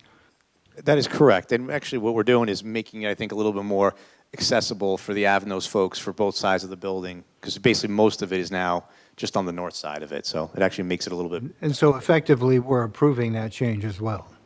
I would say so, yes. Yes. Your parking reconfiguration was to essentially respect the parking counts for the R&D facility to ensure that the R&D facility had the requisite parking in accordance with the prior approvals. That is correct. In accordance with the ordinance requirements for parking and the prior approvals, we meet those standards.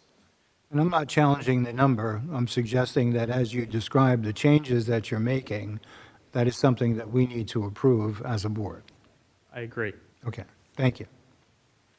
I know we talked a little bit about operations tonight. We talked about a couple different aspects of that for the building. We talked about the security purposes, the security of the building. We talked about the number of units.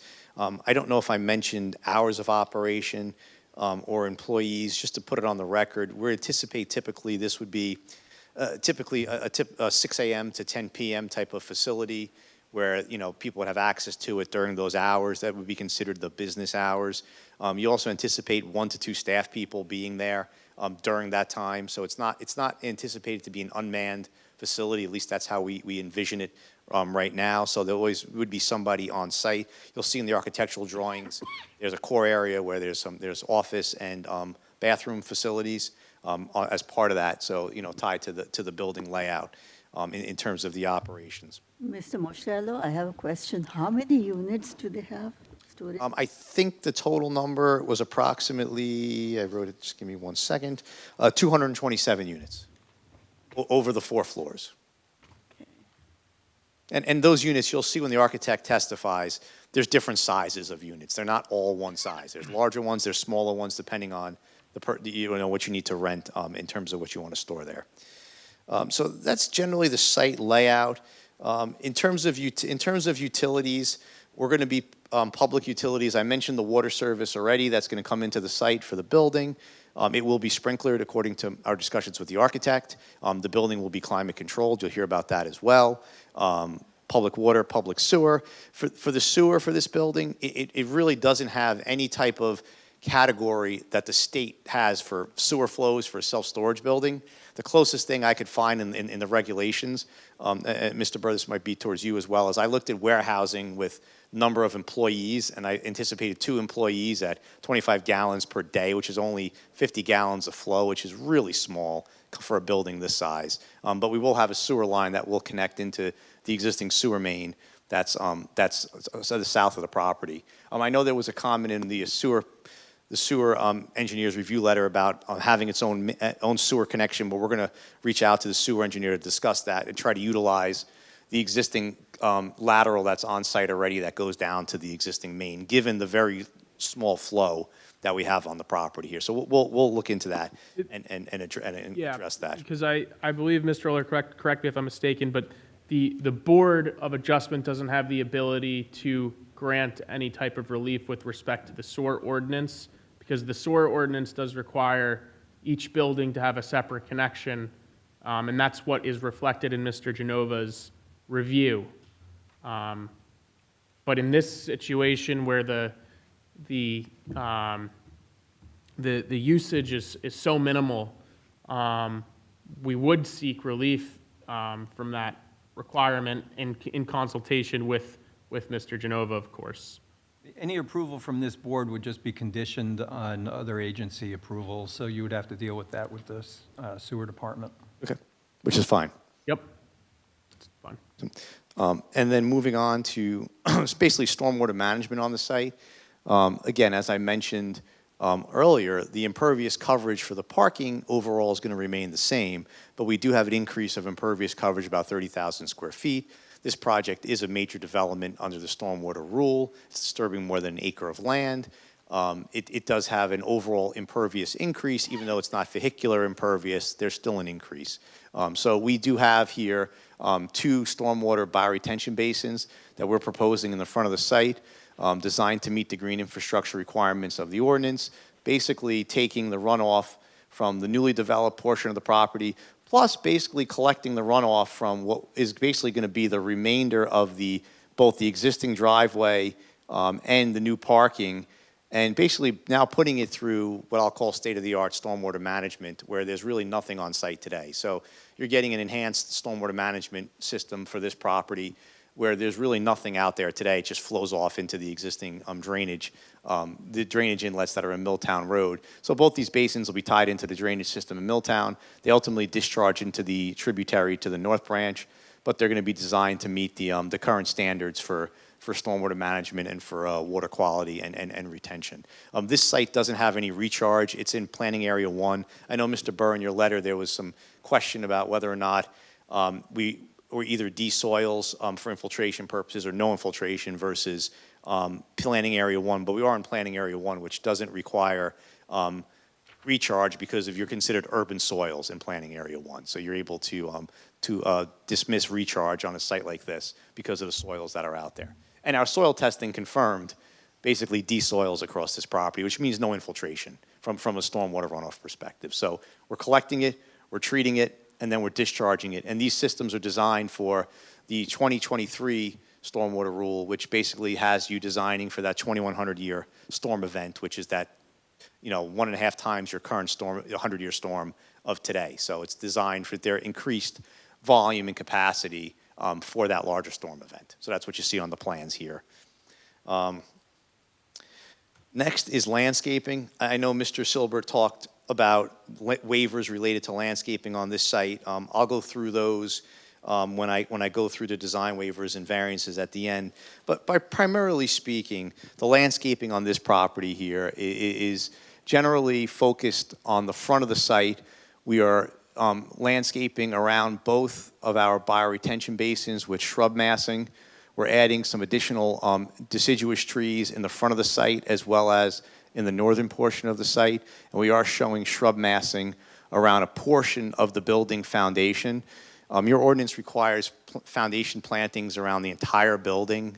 This particular building, we really can't do that for two reasons. One, the western facade has those roll-up doors all along the front, plus the sidewalk to the entrance. The eastern facade is right up against the fire access, and quite frankly, back here, no one could see this portion of the building anyway. So to plant shrubs all along the facade of that building where no one's going to see it, and it's not going to have any benefit to the visual of the site, also didn't make much sense from a planting perspective. And most likely they'll just get beat up over time, given the fact that they're back there and no one's going to even be able to maintain the area around them. So we are proposing, again, landscaping on the south side and on the north side, and in the front of the site to complement some of the landscaping that was put in around the 360 Milltown building as well. But I'll go through the waivers in a little bit. We don't meet all of your landscaping requirements just based on the amount of land mass we have here and the area we have to work with. Mr. Michello, I don't want to interrupt you, but I am going to. We're nearing like halftime, so we want to take a little break. Would that be okay for you to come back and finish your testimony in about 10 minutes? Sure. Okay, so this board will just take a 10-minute break.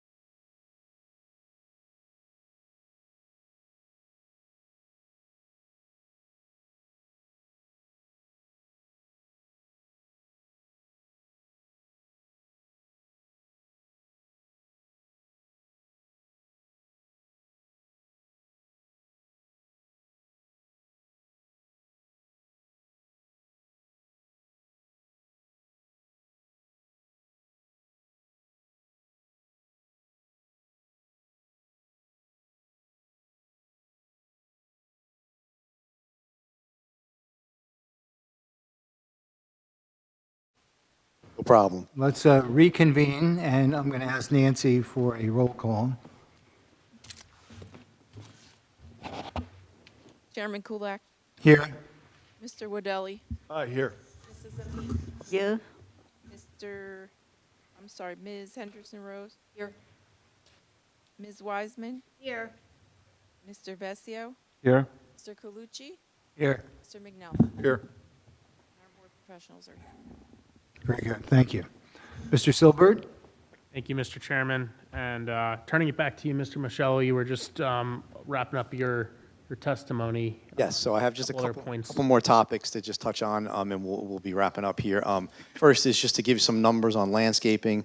I'll go through the waivers at the very end, but basically for this project, we're proposing essentially 28 deciduous/flowering type of trees around the site. You can see them on the plan here as these larger circles, both along the frontage, around the basins, and up on the north side. And then we have 343 shrubs that are spread out between the northern portion of the building, the southern portion of the building, and around the stormwater basins that we have here on site, as well as around the hot box and around the proposed sign in terms of landscaping on the property.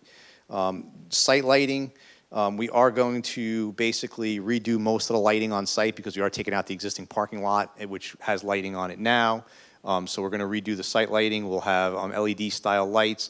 One light is going to remain on the south side of the property, and I think there's 2 floodlights mounted to the existing building that's going to remain. But the rest of the lights, 13 in total, will be replaced with, the rest of the lights will be removed, and 13 new lights will be installed, pole-mounted lights, LED-style lighting for the site. It's the intention that those lights would be turned off typically a half hour after the end of business. If 10 o'clock is the end of day for the self-storage building, they would be turned off a half hour after that in terms of lighting on the property, and come on at dusk. They'll be on controls to be able to do that.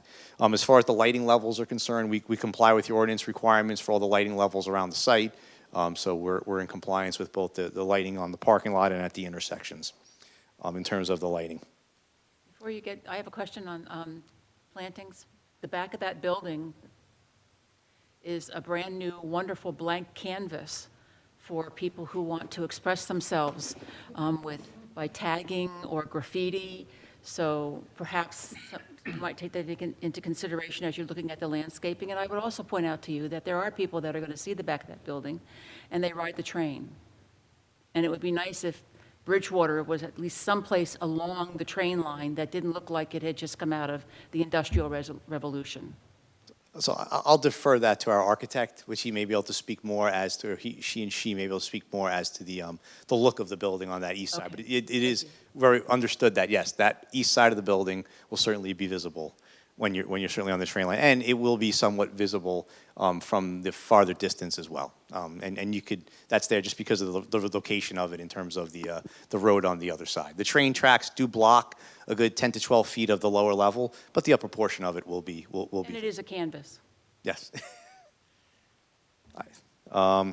So those are the landscaping numbers, the lighting. To go through the list of variances and design waivers for the application here, and I think Mr. Silbert's kind of touched on this already in terms of what are variances versus what are the waivers. So if I mix something up, please feel free to correct me as I go through the list. So we talked about the use variance already for the site for the proposed self-storage facility where no such use is permitted, as Mr. Silbert pointed out. We're also asking for a variance from Section 126, Attachment 1 for the maximum FAR on the property of 0.366 is proposed, where 0.3 is permitted under your ordinance. We're also asking for a variance in regards to the number of stories of the building, where a maximum of 3 is permitted and 4 is proposed here, being that the 4th level would be considered the basement level, based on the ordinance definition of what a story is in terms of the ceiling height of a level on a building. And then we have a series of design waivers that we're going to go through for the site. First off, this has to do with the landscaping. This goes to the foundation plantings from Section 126-191, where your ordinance requires 10 shrubs per 20 linear feet of foundation of a building. That would mean we'd have to put 368 shrubs around the perimeter of that self-storage building. Certainly that would be very difficult to do given the fire access lane and the sidewalk and along the frontage of it and so forth. So in this case, while 368 are required, we're only providing 42 around the building itself. Then a design waiver from section 126-191 for street trees. This is along Milltown Road. It says where one tree is to be spaced between 30 and 50 feet on center, and 12 are required, but 10 are provided. And I'm going to put on the record that we'll probably look to figure out a way to get 2 more trees along the frontage and eliminate that waiver request. I'm not sure why we just didn't do that to begin with, but given the fact that we're just 2 trees short, I'm sure I can find a way to get an additional 2 trees along the Milltown Road frontage to make that comply. So we'll say that waiver for the most part will go away. We'll agree to eliminate that waiver. Then a design waiver is requested from section 126-191 for tree plantings per disturbed area where 3 trees are required for every 5,000 square feet of disturbance.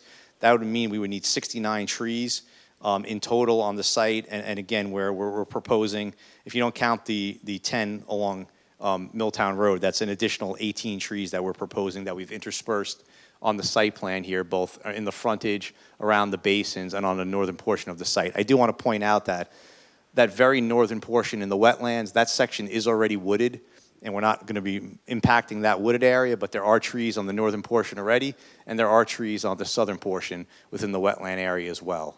So we are going to infill and plant where we can, but we just would not be able to meet the 69 trees on site, just given the size of the property and the space we have to work with outside of the developable area.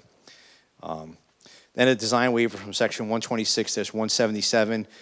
This is for no off-street loading or parking area shall be located in a minimum required front yard setback of 100 feet, where we have the setback measured to the striping and the corner of the pull-in spaces for the trucks here in the front for the single-unit trucks.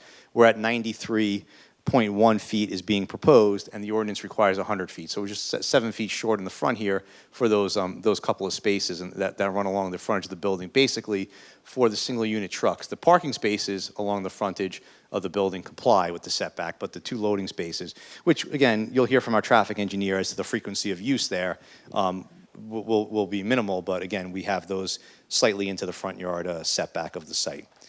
And the design waiver is also being requested from 126-177 for the size of those stalls, where your ordinance requires 12 by 50, and we're at 12 by 38. Again, this is because we're anticipating a single unit truck as opposed to a tractor trailer that's going to access this site for the purposes of the storage unit, and so we are looking for a smaller space there along the frontage as opposed to 12 by 50.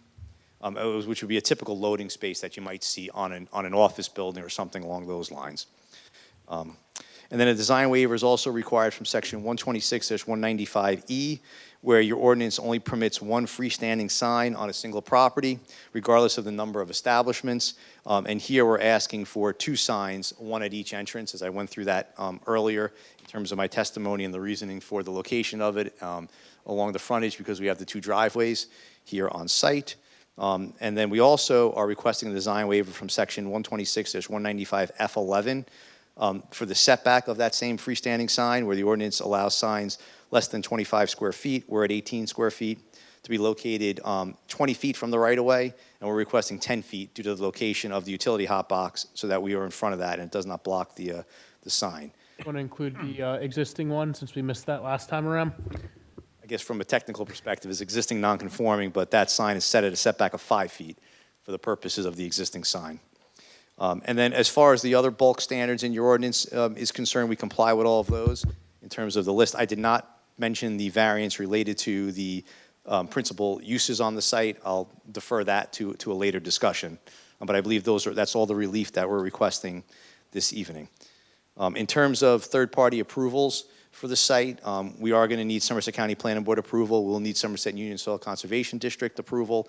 We've applied to the county. We've not heard back from them yet. And we will apply to the Soil Conservation District in due time. We'll need approvals from your sewer coordinator for the sewer connection for the project, which we'll work out with, and of course the sign off from the fire official.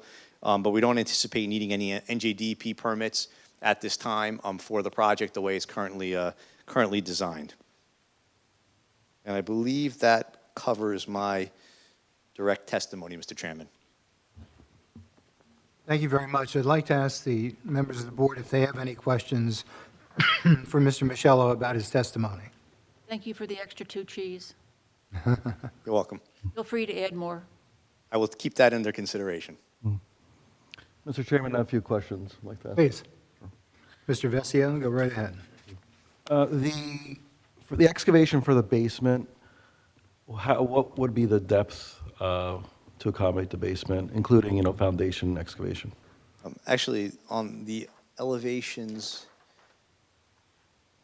the first floor level, the first floor is 79.5 elevation is the first floor level, and the basement's 68 and a half, so we're 11 and a half feet from first floor to basement floor.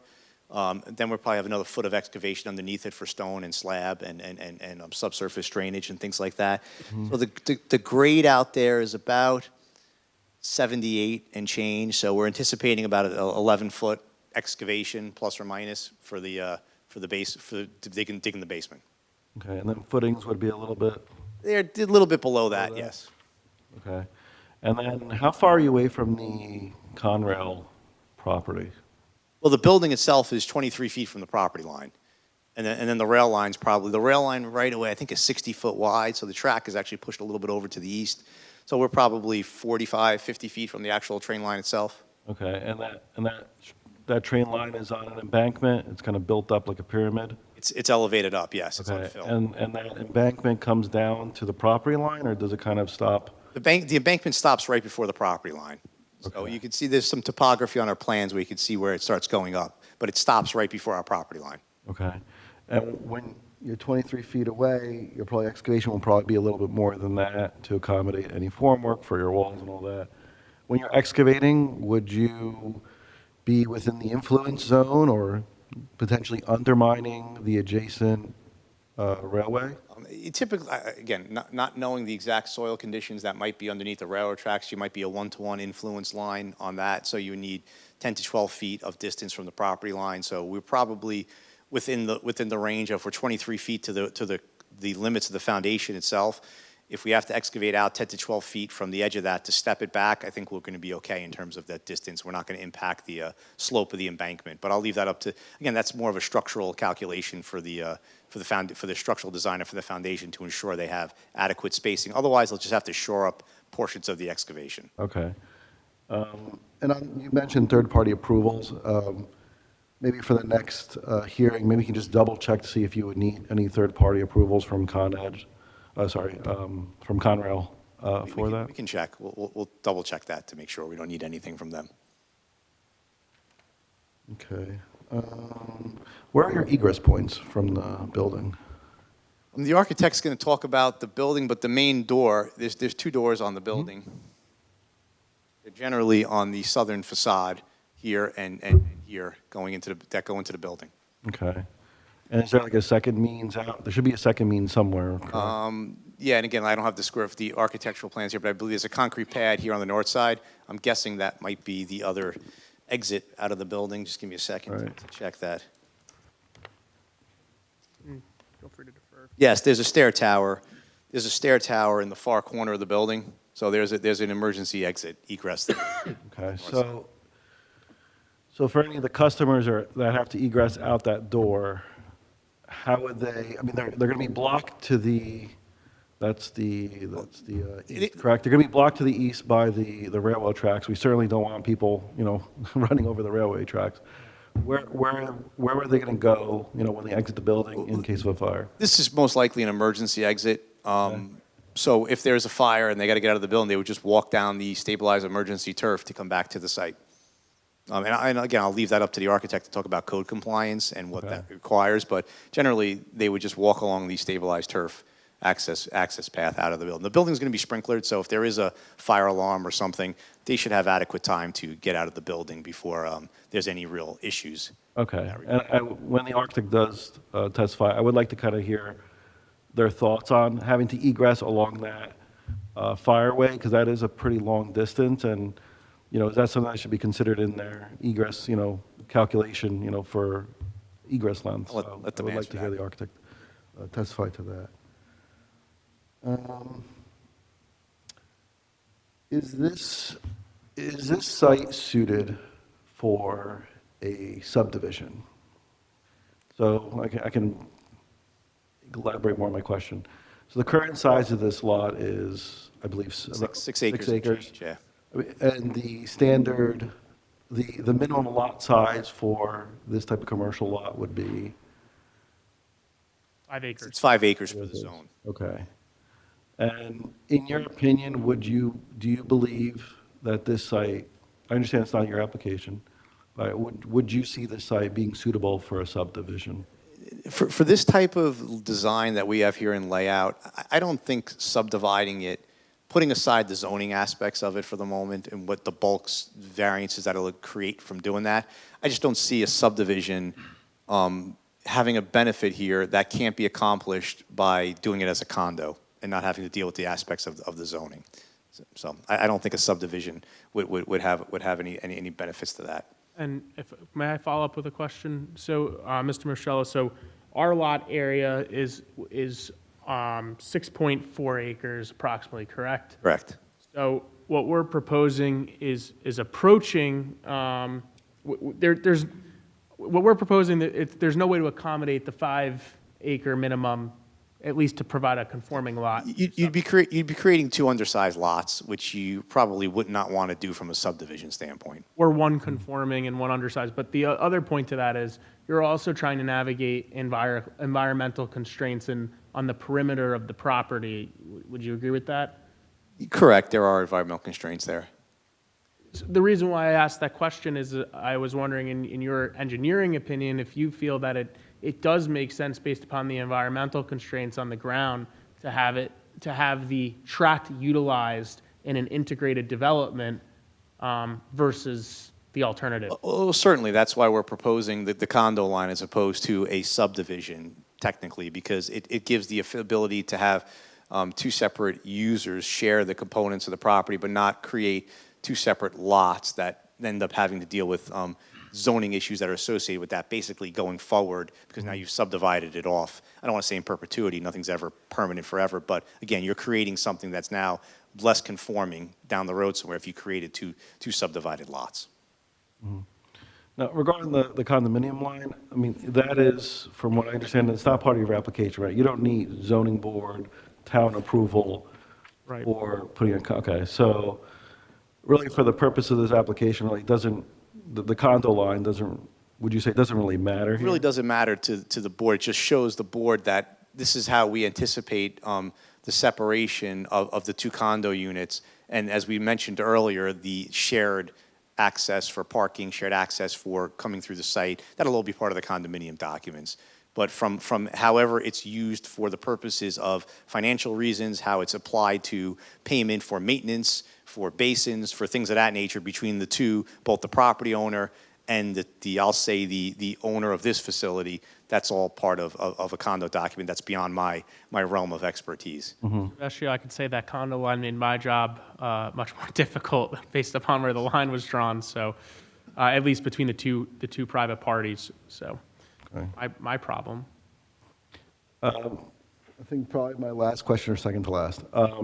With the current lot that we have here, could you develop the current lot pretty much to max out if it was one single principal structure?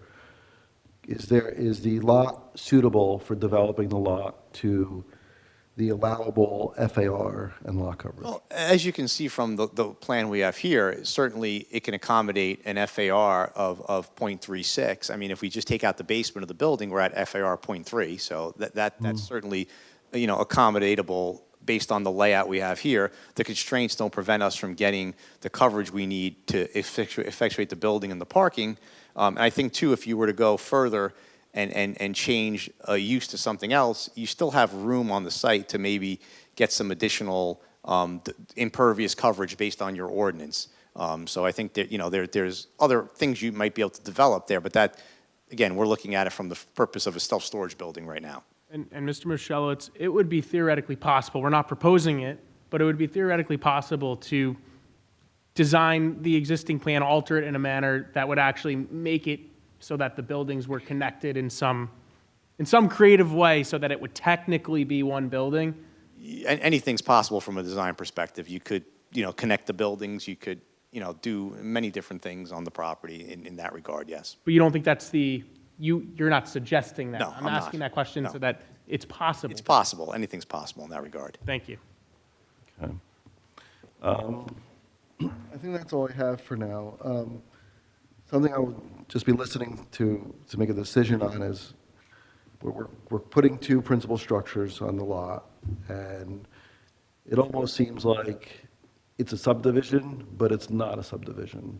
So I'll just kind of be listening to kind of see, well, why is it not a subdivision if it kind of acts like a subdivision? They have their own frontage, different, really, people that are going to one building versus another, totally different uses. So maybe that's something I'm going to be listening for. Like, why is it not a or why is this not suitable for a subdivision? Or why is it not a subdivision if it kind of speaks to be a subdivision? That's all I have to add. Thank you. Thank you. Board professionals, questions for Mr. Michello? Thank you, Mr. Chairman. Just to follow up with Mr. Vesio's question, and I guess to follow up with a response too, because Mr. Michelle has indicated that the scenario in which a subdivision, if that was the scenario that was proposed, it wouldn't be more bulk conditions that would be created, would be bulk conditions that would be sought, relief that would be sought from the board to consider. So it wouldn't just be a function of it being created, it'd be additional relief that the applicant would have to seek. I did pose the question in my review memo about what that relief might look like, because I do think, Mr. Vesio pointed out that a subdivision line in a condominium, a financial condominium or financial subdivision, whatever you want to call it, it's an invisible line to most people. So as a function of understanding how not only FAR functions for the whole property that benefits from areas that are far away from this portion of the property, what does it look like for if you took the bulk standards against like Lot A or Lot B for the existing use? So I saw that in your letter, Ms. Saramon, I just have not had it, we didn't calculate that yet. Okay. Have to go back through and calculate coverage and the like to figure that out, but I'll defer to Mr. Silbert for the rest of that answer. Yeah, because we're looking at this as more of a financial arrangement of the property, the parties were not contemplating the bulk standards when they drew that subdivision line. So if they were, they could have drawn the line in a different manner. And I'm suggesting to the board that if we did a subdivision, we would need additional variance relief because we wouldn't be able to comply with the lot area. But it is easy, but I would imagine that my planner and my engineer just testified to, but it would be easy to come up with some design to connect the buildings to avoid this issue altogether.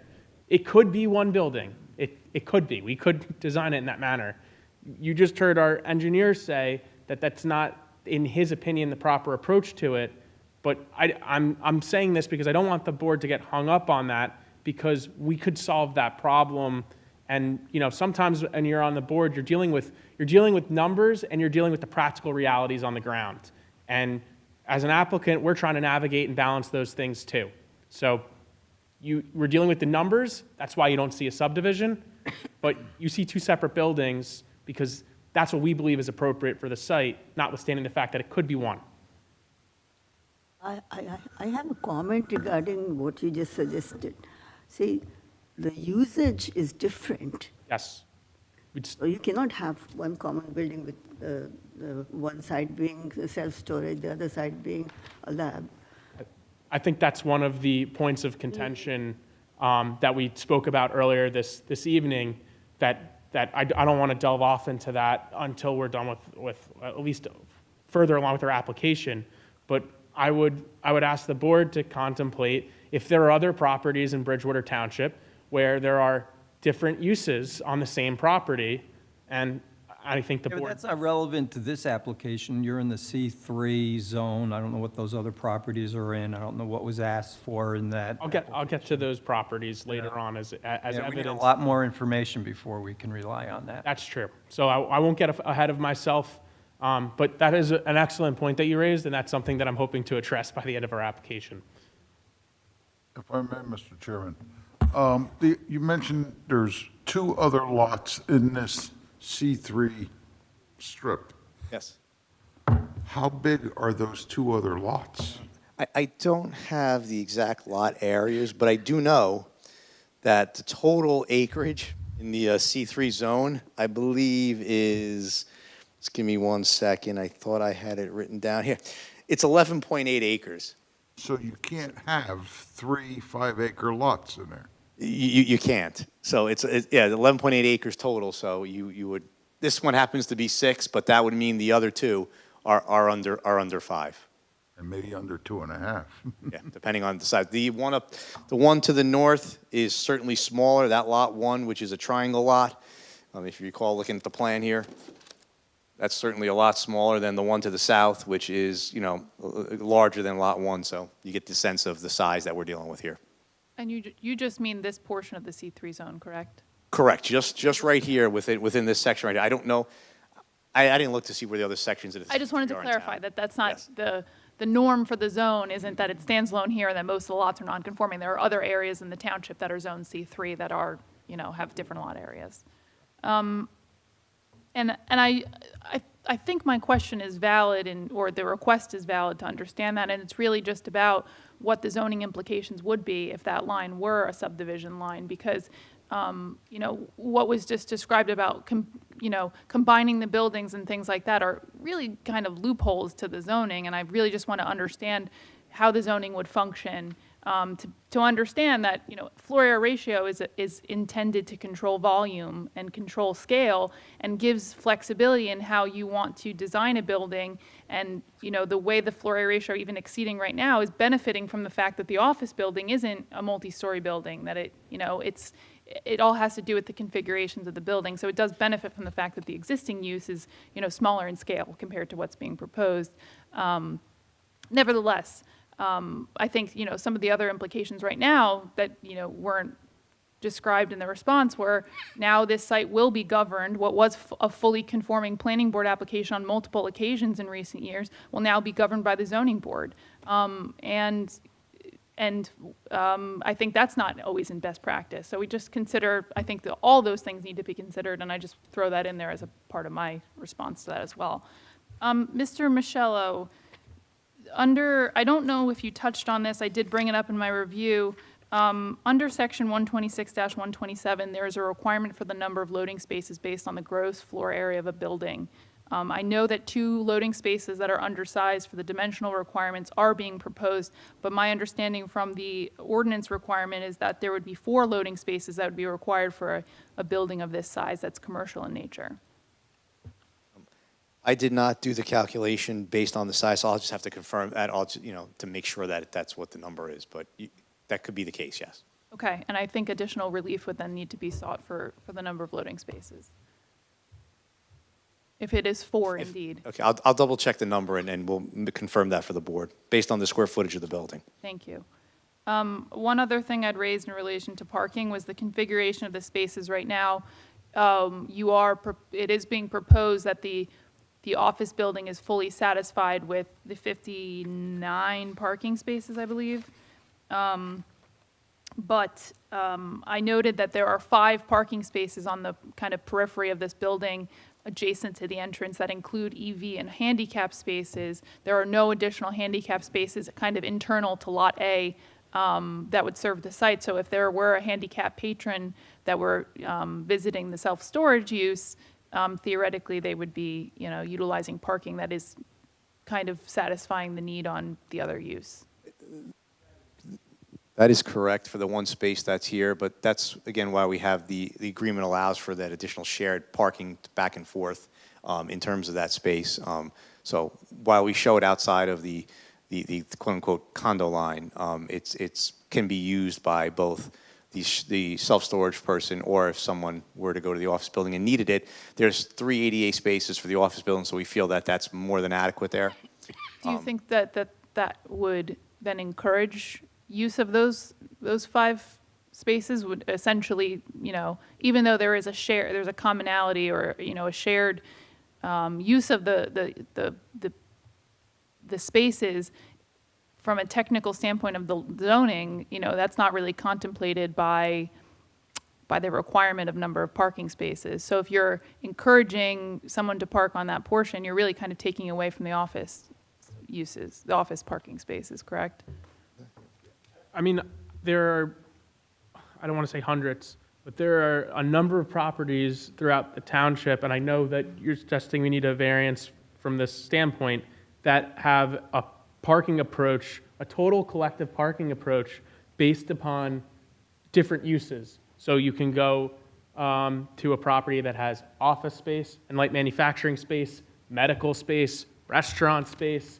This board has traditionally considered the parking on-site for all of the uses and would try to make a determination whether or not there's adequate parking when taking into account all of those uses. And we feel that we've clearly satisfied that.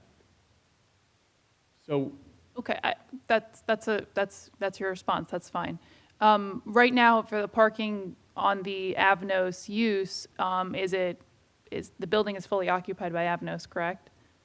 Has a parking study been conducted to determine if, what the parking needs are on the site, if there's parking issues, if there's availability? As far as we know, and again, they've been using some of the parking lot for their construction of their pilot plant for storage materials, but as far as I know, they've not had any parking issues on site. I've visited the building a couple of times because they're my client from when we did the other application, and my understanding is the 59 spaces that are required, it was more than adequate for what they do in there because of the large space in the back they use for the pilot plant purposes, inside of the building too. So I don't think there's a parking issue for the current user of that building. Okay, thank you.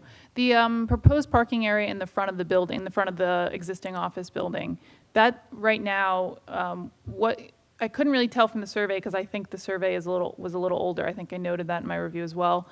What is that currently, how is that developed, improved? I think there were some bollards or something that kind of cut that space off. I'm not really sure what it's being utilized for right now. Yeah, there was supposed to be, originally, there was supposed to be parking in the area, and we're talking about the space that's in between here. Yes. And it was just basically paved right up to the building. There's supposed to be some planters along the facade of the building, and there was still going to be parking in that area, but it was a little inefficient. There was more pavement there than what you actually needed for parking. So we basically cleaned it up now to make it standard, 9.5 by 18 with a 25-foot drive aisle with 2 dedicated ADA spaces and tying into the entrances of the building to make it look more formal compared to what's there now. Were there bollards that were blocking that area off before? There wasn't supposed to be. I think if you go back to that photo, I think if you go back to the original site before the 360 Milltown application came in, there might have been some bollards there that prevented people from parking in front of the building, but those bollards have since been removed if they were. I just don't remember. They show up on the survey, that's why I asked the question, and it's Yeah, oh, you're right. I'm sorry. And again, to go back to it, the original survey was from 2020 before the improvements, and we kept the original 2020 base information because other than the bollards and some other improvements that were done there, it didn't make much sense to go get a whole new survey when the impervious coverage really didn't change that much. The pilot plant was already shown as under construction, but yeah, those bollards are now gone. Is there an as-built that's been done since the last 2 applications have been approved? I don't recall if there was an as-built done. Maybe Mr. Burr remembers if they did an as-built for the first application. I don't think so. There wasn't enough site improvements to really go out there and do an as-built. And the pilot plan is not completed yet, so I don't know if that approval required an as-built, but if it is, it'll be provided by Avnos. I don't recall either. I do recall from that application that there were a number of things shown on the plans that were confusing because they were already approved in 21. So it would be a little helpful, to have something like that. I think at this stage you've answered a lot of the questions, but it was a little confusing. I think we would have no issue. I think it's a requirement. It would most likely be a requirement anyway to provide an as-built if the project were approved, to provide an as-built to the site. Because now we're changing the majority of the site. So I think, an as-built would be required at the end of this project if it were approved. Okay, thank you. At the, in the zoning chart on the cover sheet, it notes, under the improved lot coverage summary under building, it notes that the existing and approved is 18,816 square feet, and then the building coverage itself or under the FAR rather, says 17,717. Do you know what the difference of the approximately 1,000 square feet is from? I think it was from the pilot plant. No, the pilot plant shows separately that it's 4,000. No, that was the lot coverage, but there was a 1,000 square foot footprint of the building that has the mechanical equipment and everything inside of it. I think we counted it as building coverage. And then the remainder of that pilot plant with the foundations and the gravel and everything was considered as part of the lot coverage, if I recall that correctly. It says approved in 2021, so it pre-existed the pilot plan. So I'm just curious of where it stems from. Yeah, I'll have to go back and double check that to see where the calculation came from, because the building's 17,717 square feet. Okay, thank you. I'll double check that. Thank you. I know a few times it's been said that the FAR that's being sought relief for is .366, and I just want to clarify that's .368 in all the plans and everything I read. The coverage is 36.6, but the Correct. FAR is .368. It's minor, but I'm sorry. I just wanted to bring that up.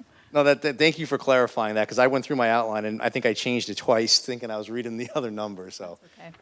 I just want to make sure I wasn't crazy. The last question I guess I have is related to the tree replacement requirement of 69 trees where 18 are provided. I know you said that you will be looking to, provide additional trees, and hopefully that can be achieved. I think, one of the things that is telling is that if the disturbance can be made, then hopefully the plantings can be made to return the trees, because it is a very wooded area currently that's being disturbed. and as I mentioned, besides the 2 trees I'm going to put back on the frontage, we'll take a look to see what other areas we can enhance. I can't put trees down by the pilot plant, and the reason for that, when that application came through, that plant basically sucks in air. Yeah. And then converts the carbon dioxide into water. So there's an air intake on it. So you don't want to put trees right by the air intake. When you get to the fall, it'll be sucking leaves into it. So we did say when we did that application that we kept the trees away from that side. But I'll take a look on the site plan and see what else we can do to fill in some more trees on site and enhance that landscaping. Okay, thank you. One last thing, there's a requirement under the design standards requirements for driveways, and it doesn't specify if it's an access, ingress, egress, emergency driveway, have to be set back 10 feet from the property line. I think, potentially that could be another required condition that requires relief for the emergency access, because it is right up against the property line. It's an emergency driveway, but it's a driveway nonetheless. Understood. We'll take a look at that, and if that's the case, we'll request that relief accordingly. Thank you. I have nothing further. Mr. Burr? Thank you, Mr. Chairman. Rob, couple questions. You had testified about the prior site plan approvals from 2021 and 2025, both granted by the planning board. Correct. Were there any conditions, stipulations, or otherwise in either of those approvals that would in any way impact this proposal? I have to go back and read the resolutions. I don't think so, from what the site plans allowed us to do in terms of the development of that site. One of the original 2021 application was to modernize the property, so we wanted to not repave, but restripe the parking lot, repair some of the damaged pavement that was there and so forth. So I don't think anything in those approvals, and again, not having read all the conditions, I don't think there's anything that would limit us from doing what we're doing here. Okay. Want to revisit the parking. I'm not going to belabor it, but just a couple of quick clarifications, and I apologize if you testified to it already. But in terms of, just give us, the board, a breakdown of the existing proposed parking between the 2 uses, how it constitutes to the total of, I think, 68. I think 68 is... 71. It's 78 is what's proposed, 68 is what's required? 68 is required, 71 is proposed. Summarize how you got to those numbers for the existing office building and the proposed self-storage? Yeah, the existing office building is, as I mentioned, 17,717 square feet. It's one space per 300 square feet of floor area, so you come up to 59 required spaces for the office building. And I believe I said originally there were 61 on site that existed there today. Just to confirm that. Yeah, 61 existing spaces for a requirement of 59. So yeah, 2 extra spaces there on site. And then the self-storage facility, we're using 0.1 spaces per 1,000 square feet. You got 85,000 square feet of floor area. You round that up to 9 spaces required. So you end up with a requirement of 68 parking spaces, and we have 71 on site. So we're basically ending up with, the way it just got laid out, we ended up with 12 parking spaces in front of the self-storage building, where the requirement was only 9. We just happen to have 3 more there. My pointer. Just happen to have 3 more in front of the building here, and then the rest would be basically for the office use. But again, putting aside the condo line and all those discussions, you basically have a shared parking arrangement where people can park. If people for the office building parked in these 4 spaces over here, then they would park there, but they would go to the office building site. Conversely, if 1 or 2 of these spaces got filled in by someone parking for the office building, they'd have to walk across the crosswalk to the sidewalk to get to the building. It's still going to have adequate parking for the uses that are on the property. Yeah, and so that's your testimony, is that in the shared arrangement, regardless of the condo line, there's sufficient parking, in your opinion, for both uses to exist? Correct, yes. I'm sure there'll be some conversations between the operators of the building and then the Avnos folks to, probably ask them to park in their spots, but it's a shared arrangement nonetheless. Okay. Want to ask you about the 12 spaces on the west side of the building, so the bottom of the building on your plan, the 12 proposed spaces, Yeah. and then the loading zone that's hatched off. And you had testified that's the area where the overhead doors are proposed for the building, correct? Yeah, they run basically along the entire western facade of the building. But there is a curb and sidewalk along the face of that building. That is correct. So the intent, as I think our chairman had asked, the intent is not for vehicles to be able to back into those overhead doors in any way? No, that's not the design intent. It's the doors are there for access to the unit, but no vehicular access coming from the parking lot. Is the idea, though, to allow a vehicle to maybe back up to the overhead door? Well, they wouldn't be able to. You have the curb line there, so. Well, to that point, the only reason I ask is the parking spaces don't line up with the overhead doors. No, So I there didn't know if was. that was the intent. No, there was no intent to do that because I don't remember the exact size of those units there, but they're not designed to line up to the parking spaces. If you just happen to be a unit renter that has one of the units that fronts along the parking spaces, and you happen to show up that day and no one's parked in that space in front of where your unit's going to be, you could back in there and park there. Right. But that would be the benefit to you to have that space right there, so you don't have to go into the building and up to wherever your unit is. But again, they're there they're not intended to line up with the parking spaces. Okay. And if for whatever reason the board was not in favor of the overhead doors, and I know this may be more of an architectural question, but could the building be modified so that those units were only accessed from the interior of the space? I'd have to defer to the architect Yeah. on what that would mean to the building layout. Okay.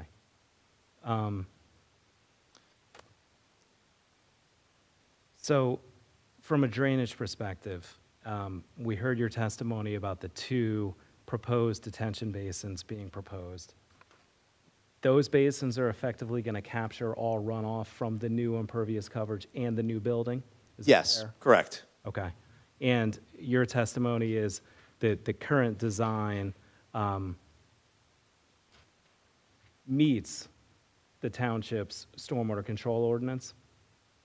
And I say that hesitantly because I did have a couple of comments in my report. I don't think any of my comments are ones that can't be overcome, but I suspect you're going to agree to address any of the technical comments. Yes, I didn't get to that, but there's X number of comments related to the stormwater. I read them, and I have no issue with making those tweaks or adjustments, which I don't think will materially change the design too much, but will just bring it into conformance with what with your office is asking for. Okay. And one of the conditions, if this gets to the point of an approval, would certainly be an operations and maintenance manual, an O&M manual, to ensure that the on-site drainage is being maintained. Yes, that is correct. That will be needed for for the project. It's going to be, the drainage system ends, at the end of the day, ends up becoming in common, I don't say common ownership, but it's common elements on the property, because it's picking up runoff from both the parking associated with the office building and the parking in the building associated with the self-storage. So it has to be maintained as a common element across the property. And you've heard me mention this before, but as you know, the township every year has to certify to the state that it's in full compliance with its municipal stormwater permit. One of the things that I would ask for here is for an annual certification from the property owner to be submitted to the township at the end of the year, so that I can be sure that these are all being maintained. Yeah, and that's certainly typical. We're seeing that, we see that now with these O&M manuals Okay. more and more in all the municipalities across the state. Okay. And going back to the environmental constraints, so you gave a pretty thorough description that there's wetlands at both the north and southerly portion of the property and their respective buffers. And then there's also, because there's a tributary to the north branch on the southerly portion of the site, there's a flood hazard area associated, a floodway associated with that. The floodplain, yes. Floodplain. And I think you testified that there is already an LOI confirming the wetlands locations? Yes. Flood hazard area line verification, I think. There was a verification for the riparian zone and the original floodplain line because it was prior to 2023. And one thing I noted is that I may be getting them mixed up, but I think the flood hazard verification is set to expire this year and the LOI next year. I'd have to check that. But in your opinion, those are still valid Yes, there's, and in good standing? yes. And we know, and I'm not going to get into the details of it, but we know DEP just rolled out new rules, the real rules, at the beginning part of this year, which impacts flood hazard area elevations. In light of those new rules, are you still compliant with this design, or is that going to cause any complications at all with how you've laid this out? No, the 2023 rule had the FEMA +3 added to it. FEMA +3 feet, FEMA flood elevation +3 feet. The real rules really affected the tidal flood elevations more so than the fluvial, this is considered fluvial. So they did not change the FEMA +3. So that's still in effect for sites like this. Okay. So and this is not tidal, so that's not affected here.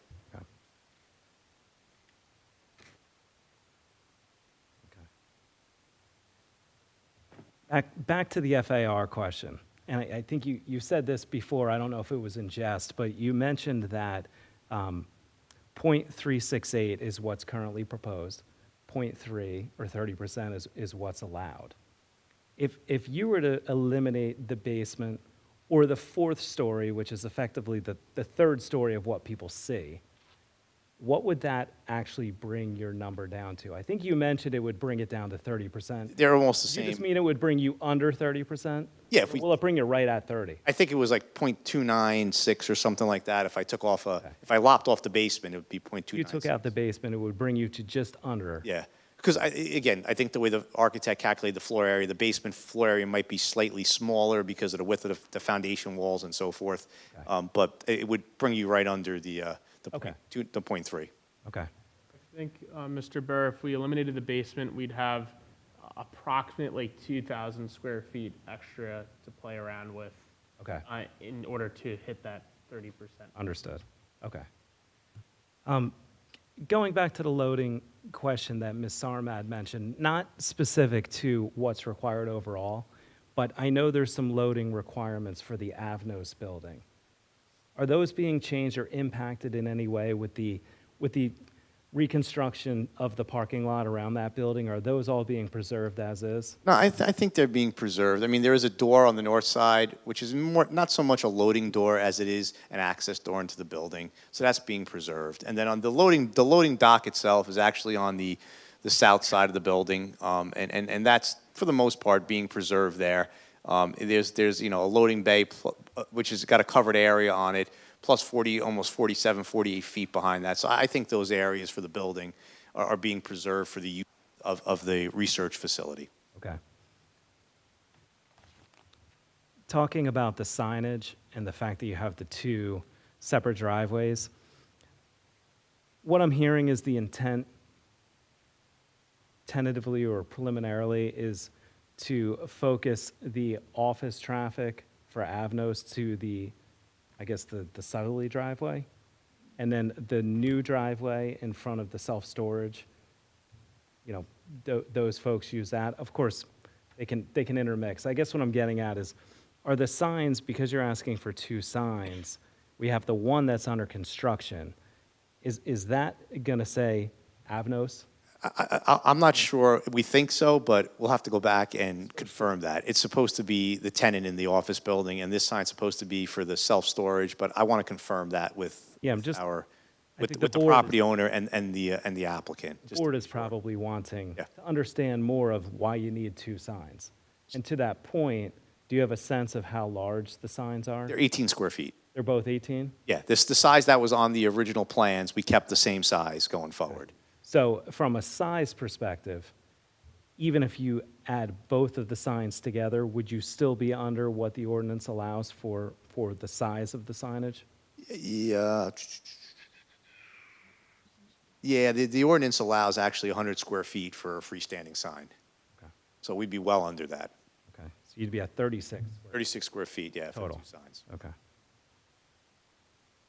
All right.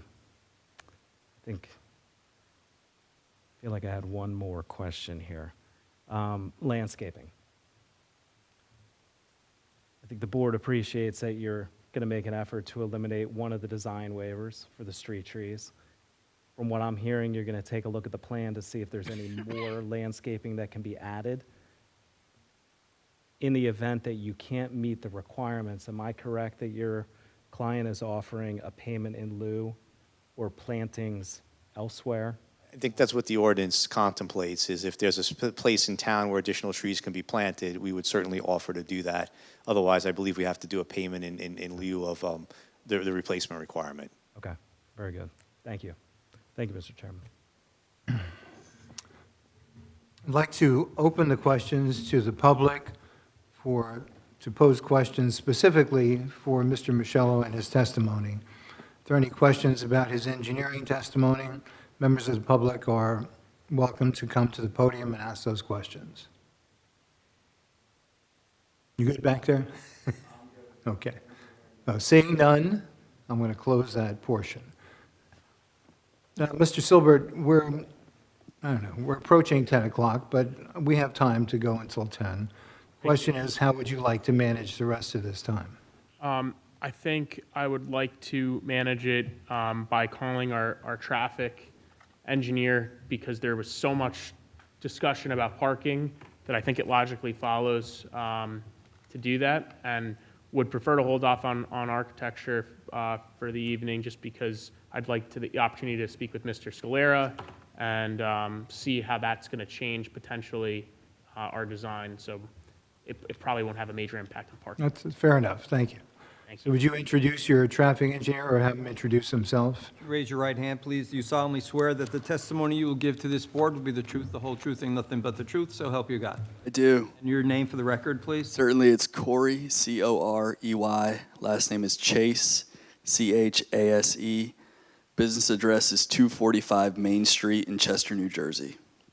Mr. Chase, if you wouldn't mind your academic credentials and professional background for the board. Certainly, and good evening, everyone, Mr. Chairman, members of the board. Again, Corey Chase. I'm a principal with the firm Dynamic Traffic, Bachelor's of Science degree from the University of Massachusetts, licensed professional engineer in the state of New Jersey, licenses currently in good standing, also licensed in 6 other states. I've been qualified as an expert in traffic engineering before the township previously, as well as 100 other municipalities throughout the state. Great. Thank you. And Before this board. I have previously. It's been some time, though. Excellent. Thank you. the board accepts your credentials as an expert in traffic, so you may continue. Thank you, Mr. Chairman. Our role in the application, we prepared a traffic impact and parking assessment. It was dated November 5th, 2025. We also worked with Mr. Michello's office, evaluating the site access, circulation, and parking supply for the proposed self-storage facility. As shown on A2, and as Mr. Michello indicated, we are proposing to relocate that northern access drive to be located directly opposite the existing driveway to the park on the opposite side of Milltown Road.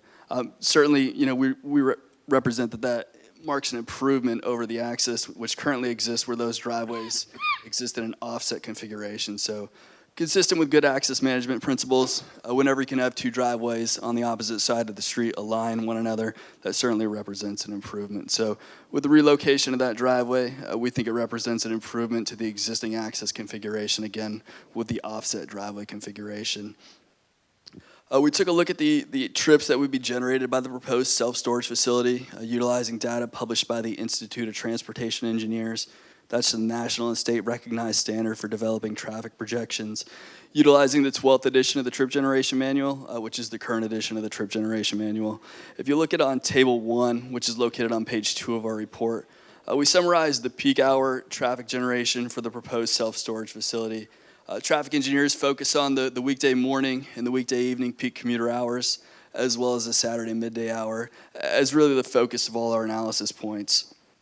You can see that the self-storage facility in and of itself generates a maximum of only 14 trips during those 3 peak periods.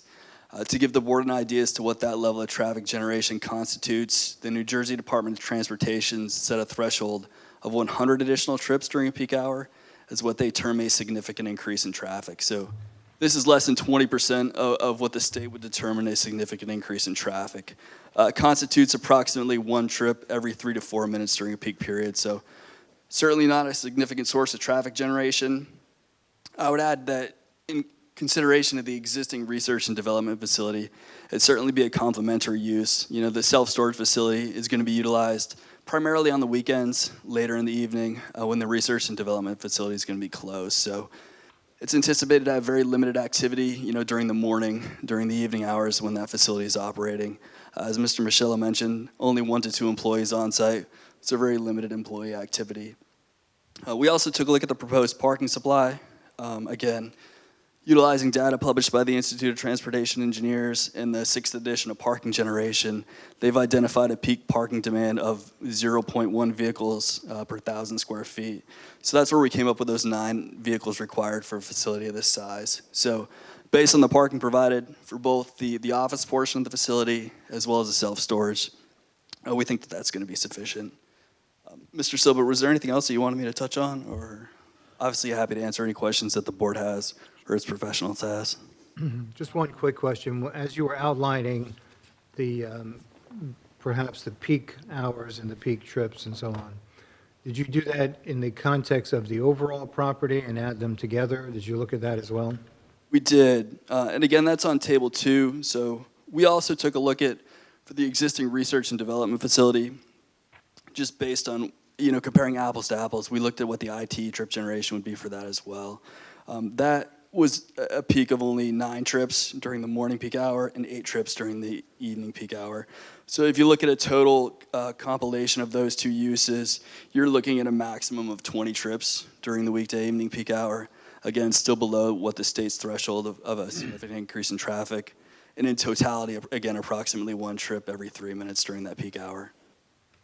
If I may, Mr. Chase, I represented earlier on in the application that this was an extremely non-intense traffic use. My question to you is if the site was built with maximizing the floor area ratio with a fully occupied office building, fully occupied research and development facility at that 30% floor area ratio, do you feel confident in saying that would generate a greater traffic impact on the site and to the community? And I apologize, Mr. Silbert, for not touching on that in my direct testimony. I'll also apologize to Kristen, who's our planner, who'll be touching on this in the future. But we did look at that. So we looked at permissible uses in the zone. And just from a comparative standpoint, if you looked at a permissible use that would generate the same amount of traffic as the proposed self-storage facility at 85,000 square feet, you'd be talking about an office building of 6,500 square feet or a medical office building of only 3,000 square feet. So if you're looking at permissible uses and their equivalent size to what the traffic generation of the self-storage facility is, you'd be looking at a significantly smaller building.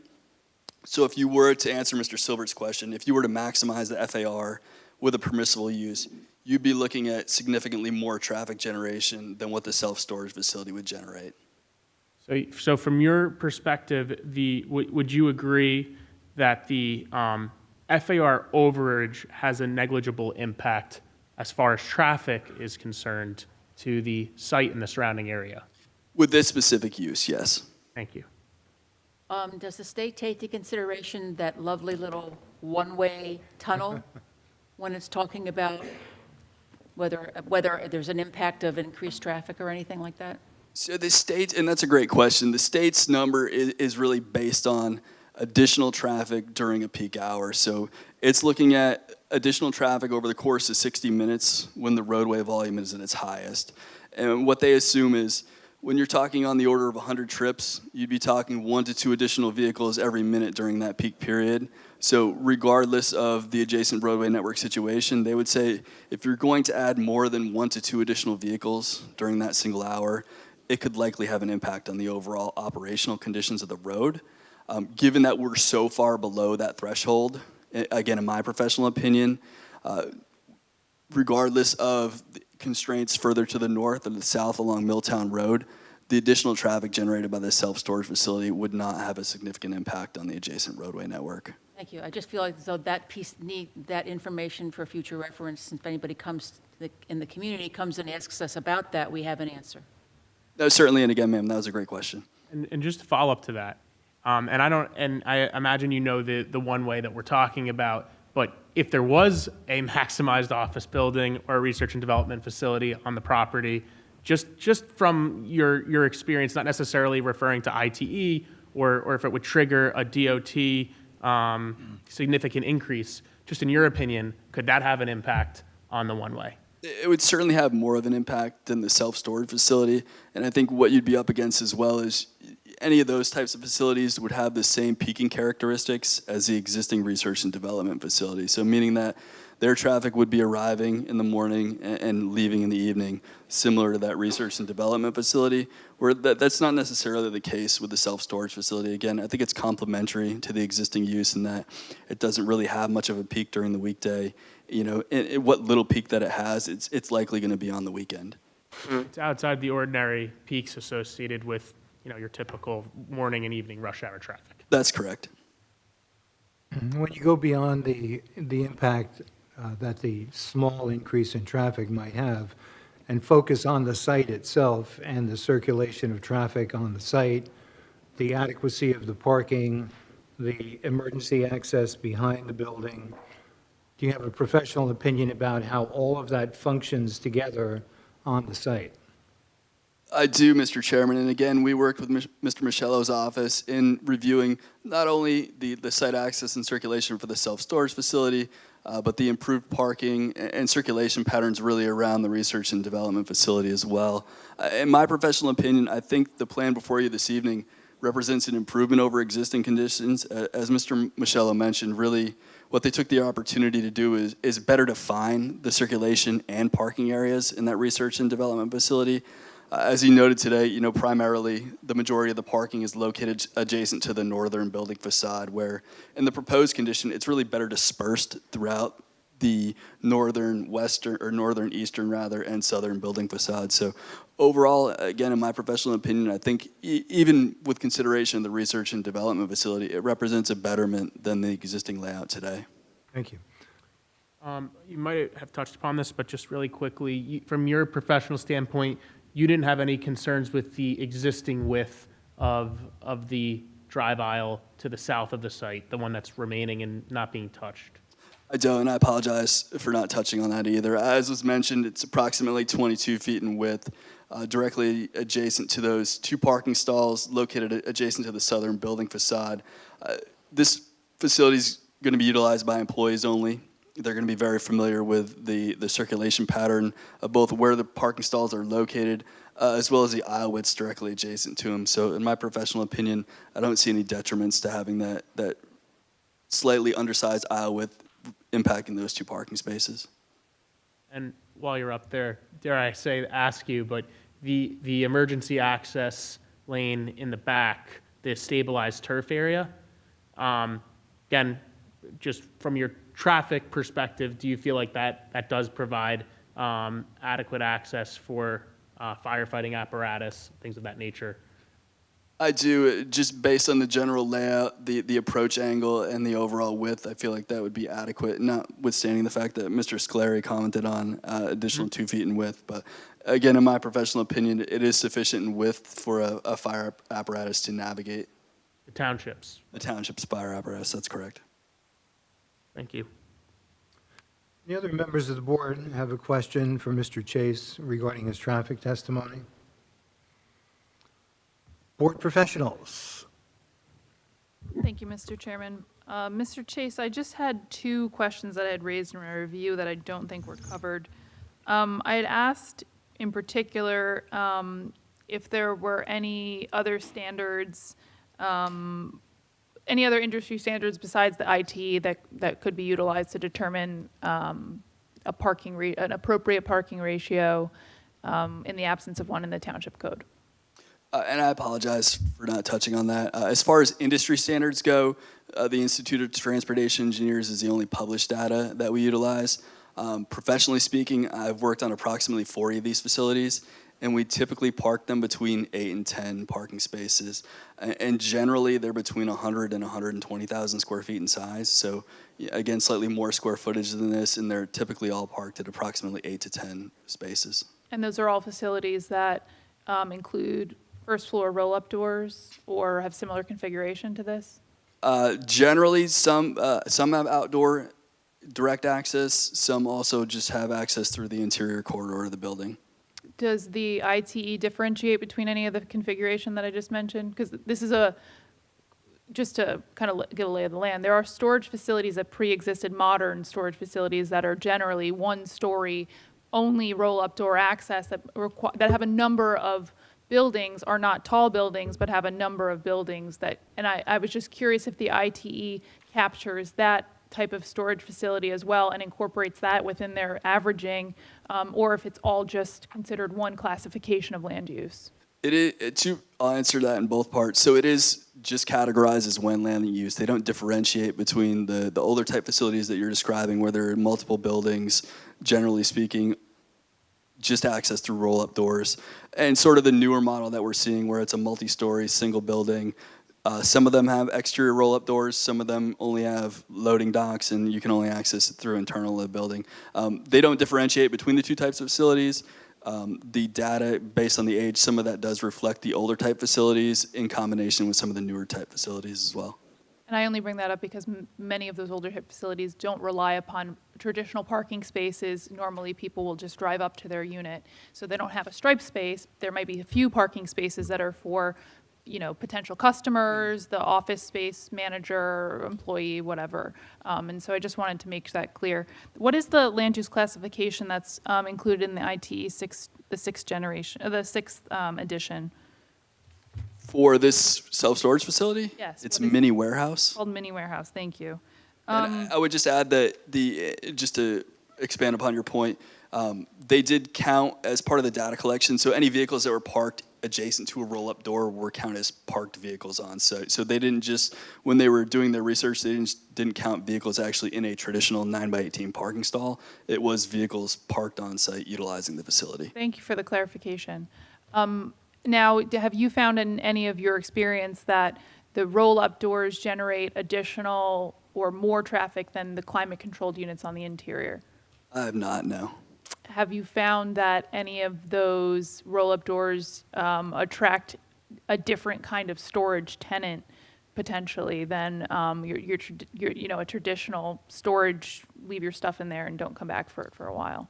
Only this situation is unique in that it's full height curb directly adjacent to those roll-up doors, so you don't have, and I know this was discussed a little bit earlier, you don't have the ability to back up or drive into these facilities. If that were not the case, if you could, drive a vehicle in or out of these, I would certainly say you're correct that it would attract a different type of user potentially. But given that there is full height curb, you don't have the ability to do that. In my professional opinion, it wouldn't attract a different type of user.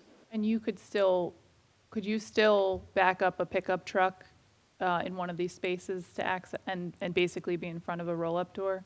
You could, and certainly offload into that, certainly. Okay. And Mr. Silbert, is there going to be testimony from, I know you said there isn't really an operator that's been identified. Is there going to be any testimony about kind of site maintenance and operation at all? Relative to the, can you expand what you mean by that? Yeah, you'd mentioned before that, the trash and things like that would be enforced by the operator. And in this case, I guess I had a question, or some of my questions are being pointed to, that some of those roll-up door uses that can attract, tenants that really aren't just storing stuff, right? The contractors, plumber, people that are storing things and coming there daily in and out to access it. And in particular, without a gated access to the site, feel more attracted to this, facility because it is open and very easy to access without security. So I guess my question is more, is there going to be a prohibition or some sort of enforcement that would stop this basically being used as some sort of, business, individualized business? Understood. I think that, I would love to hear the board's feedback, but I think that we would be open to providing a gate to prevent access during outside of the hours of operation, not around the whole site, but just where the pointer is on A2. If that would satisfy concerns that you might be raising in terms of lease prohibitions, things of that nature.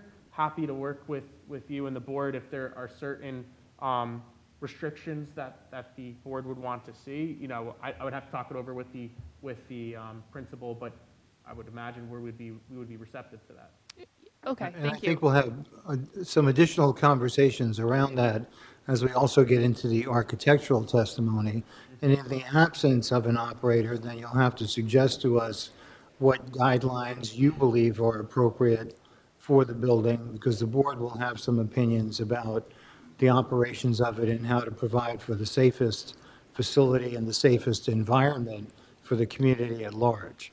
So we're not going to discuss that right now, but I think that's a great point that Catherine raises, and that we'll be addressing some of that additionally as we get into the architectural testimony. And I can provide you with a copy of a resolution adopted by this board probably about a year ago on another self-storage facility that Yes. would, And those in addition conditions to would that, be applicable. Yes, and if, I would be happy to provide the board with what, other operators have in their own lease agreements as like just the standard type of language that you would typically see for this type of operation in advance of our next hearing.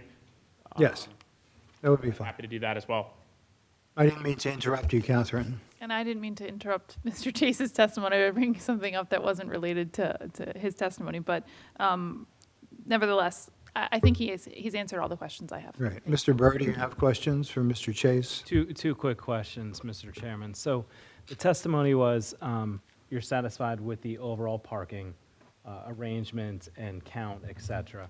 You're also satisfied with circulation.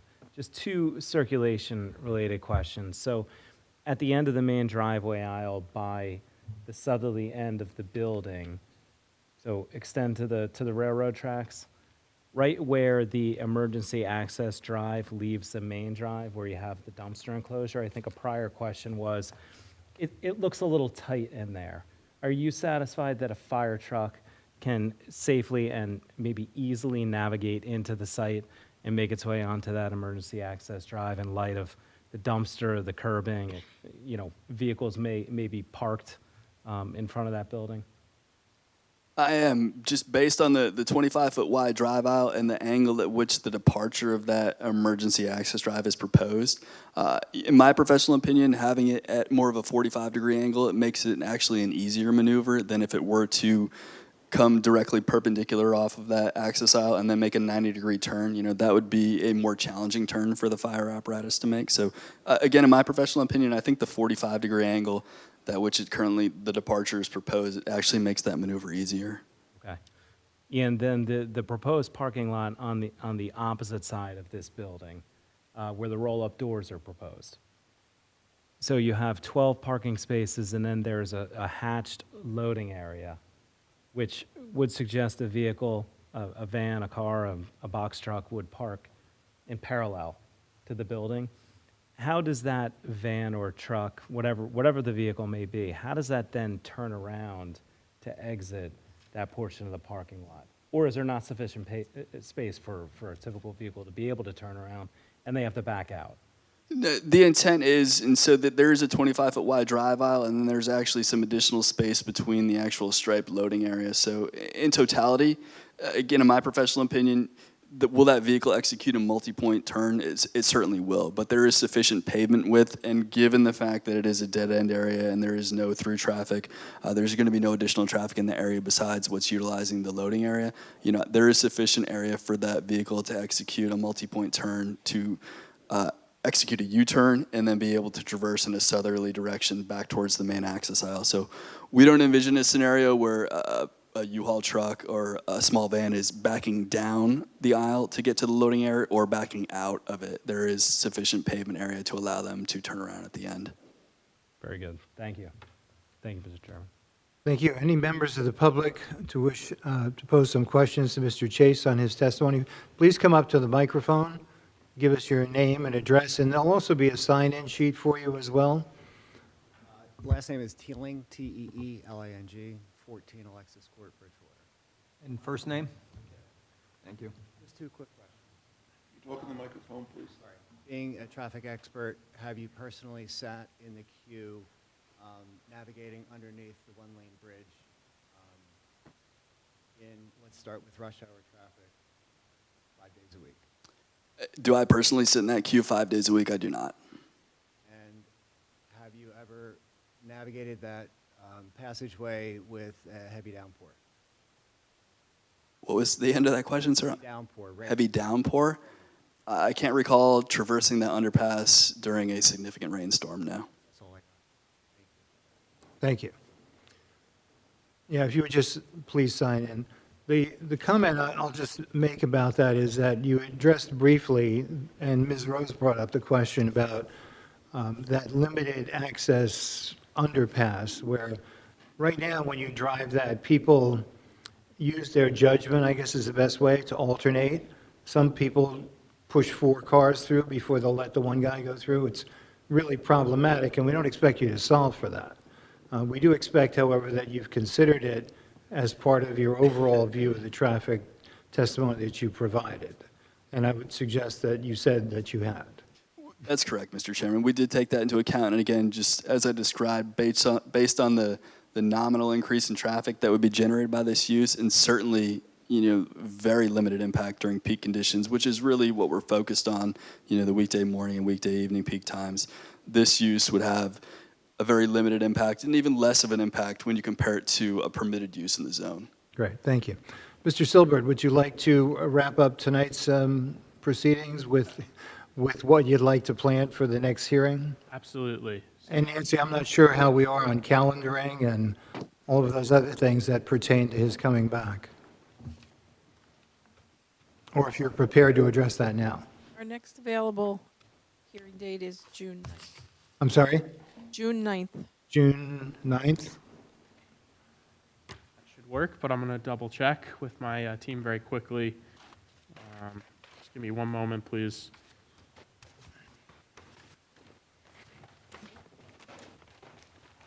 And while you're checking, I want to thank the board members for staying late and hearing the additional testimony. I know it's a sacrifice, and we're all anxious to get going, but if we can, we'll just cover a few minor things and then we can adjourn.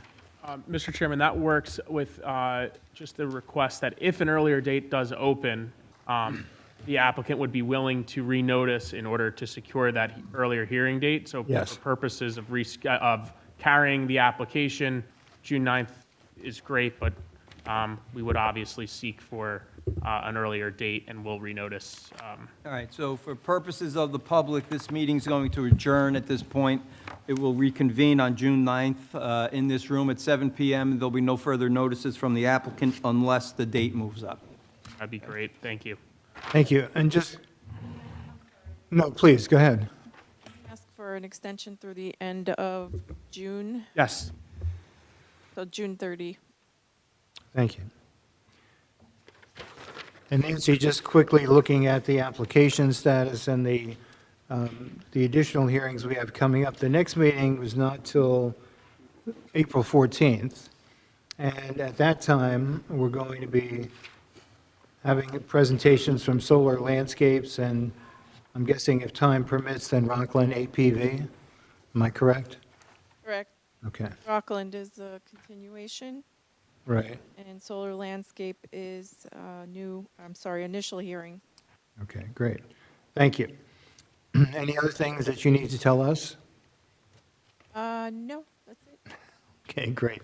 I'd like to have a motion to adjourn, please. May I have a second? Ms. Rose, all in favor? Thank you, everyone. This meeting is adjourned.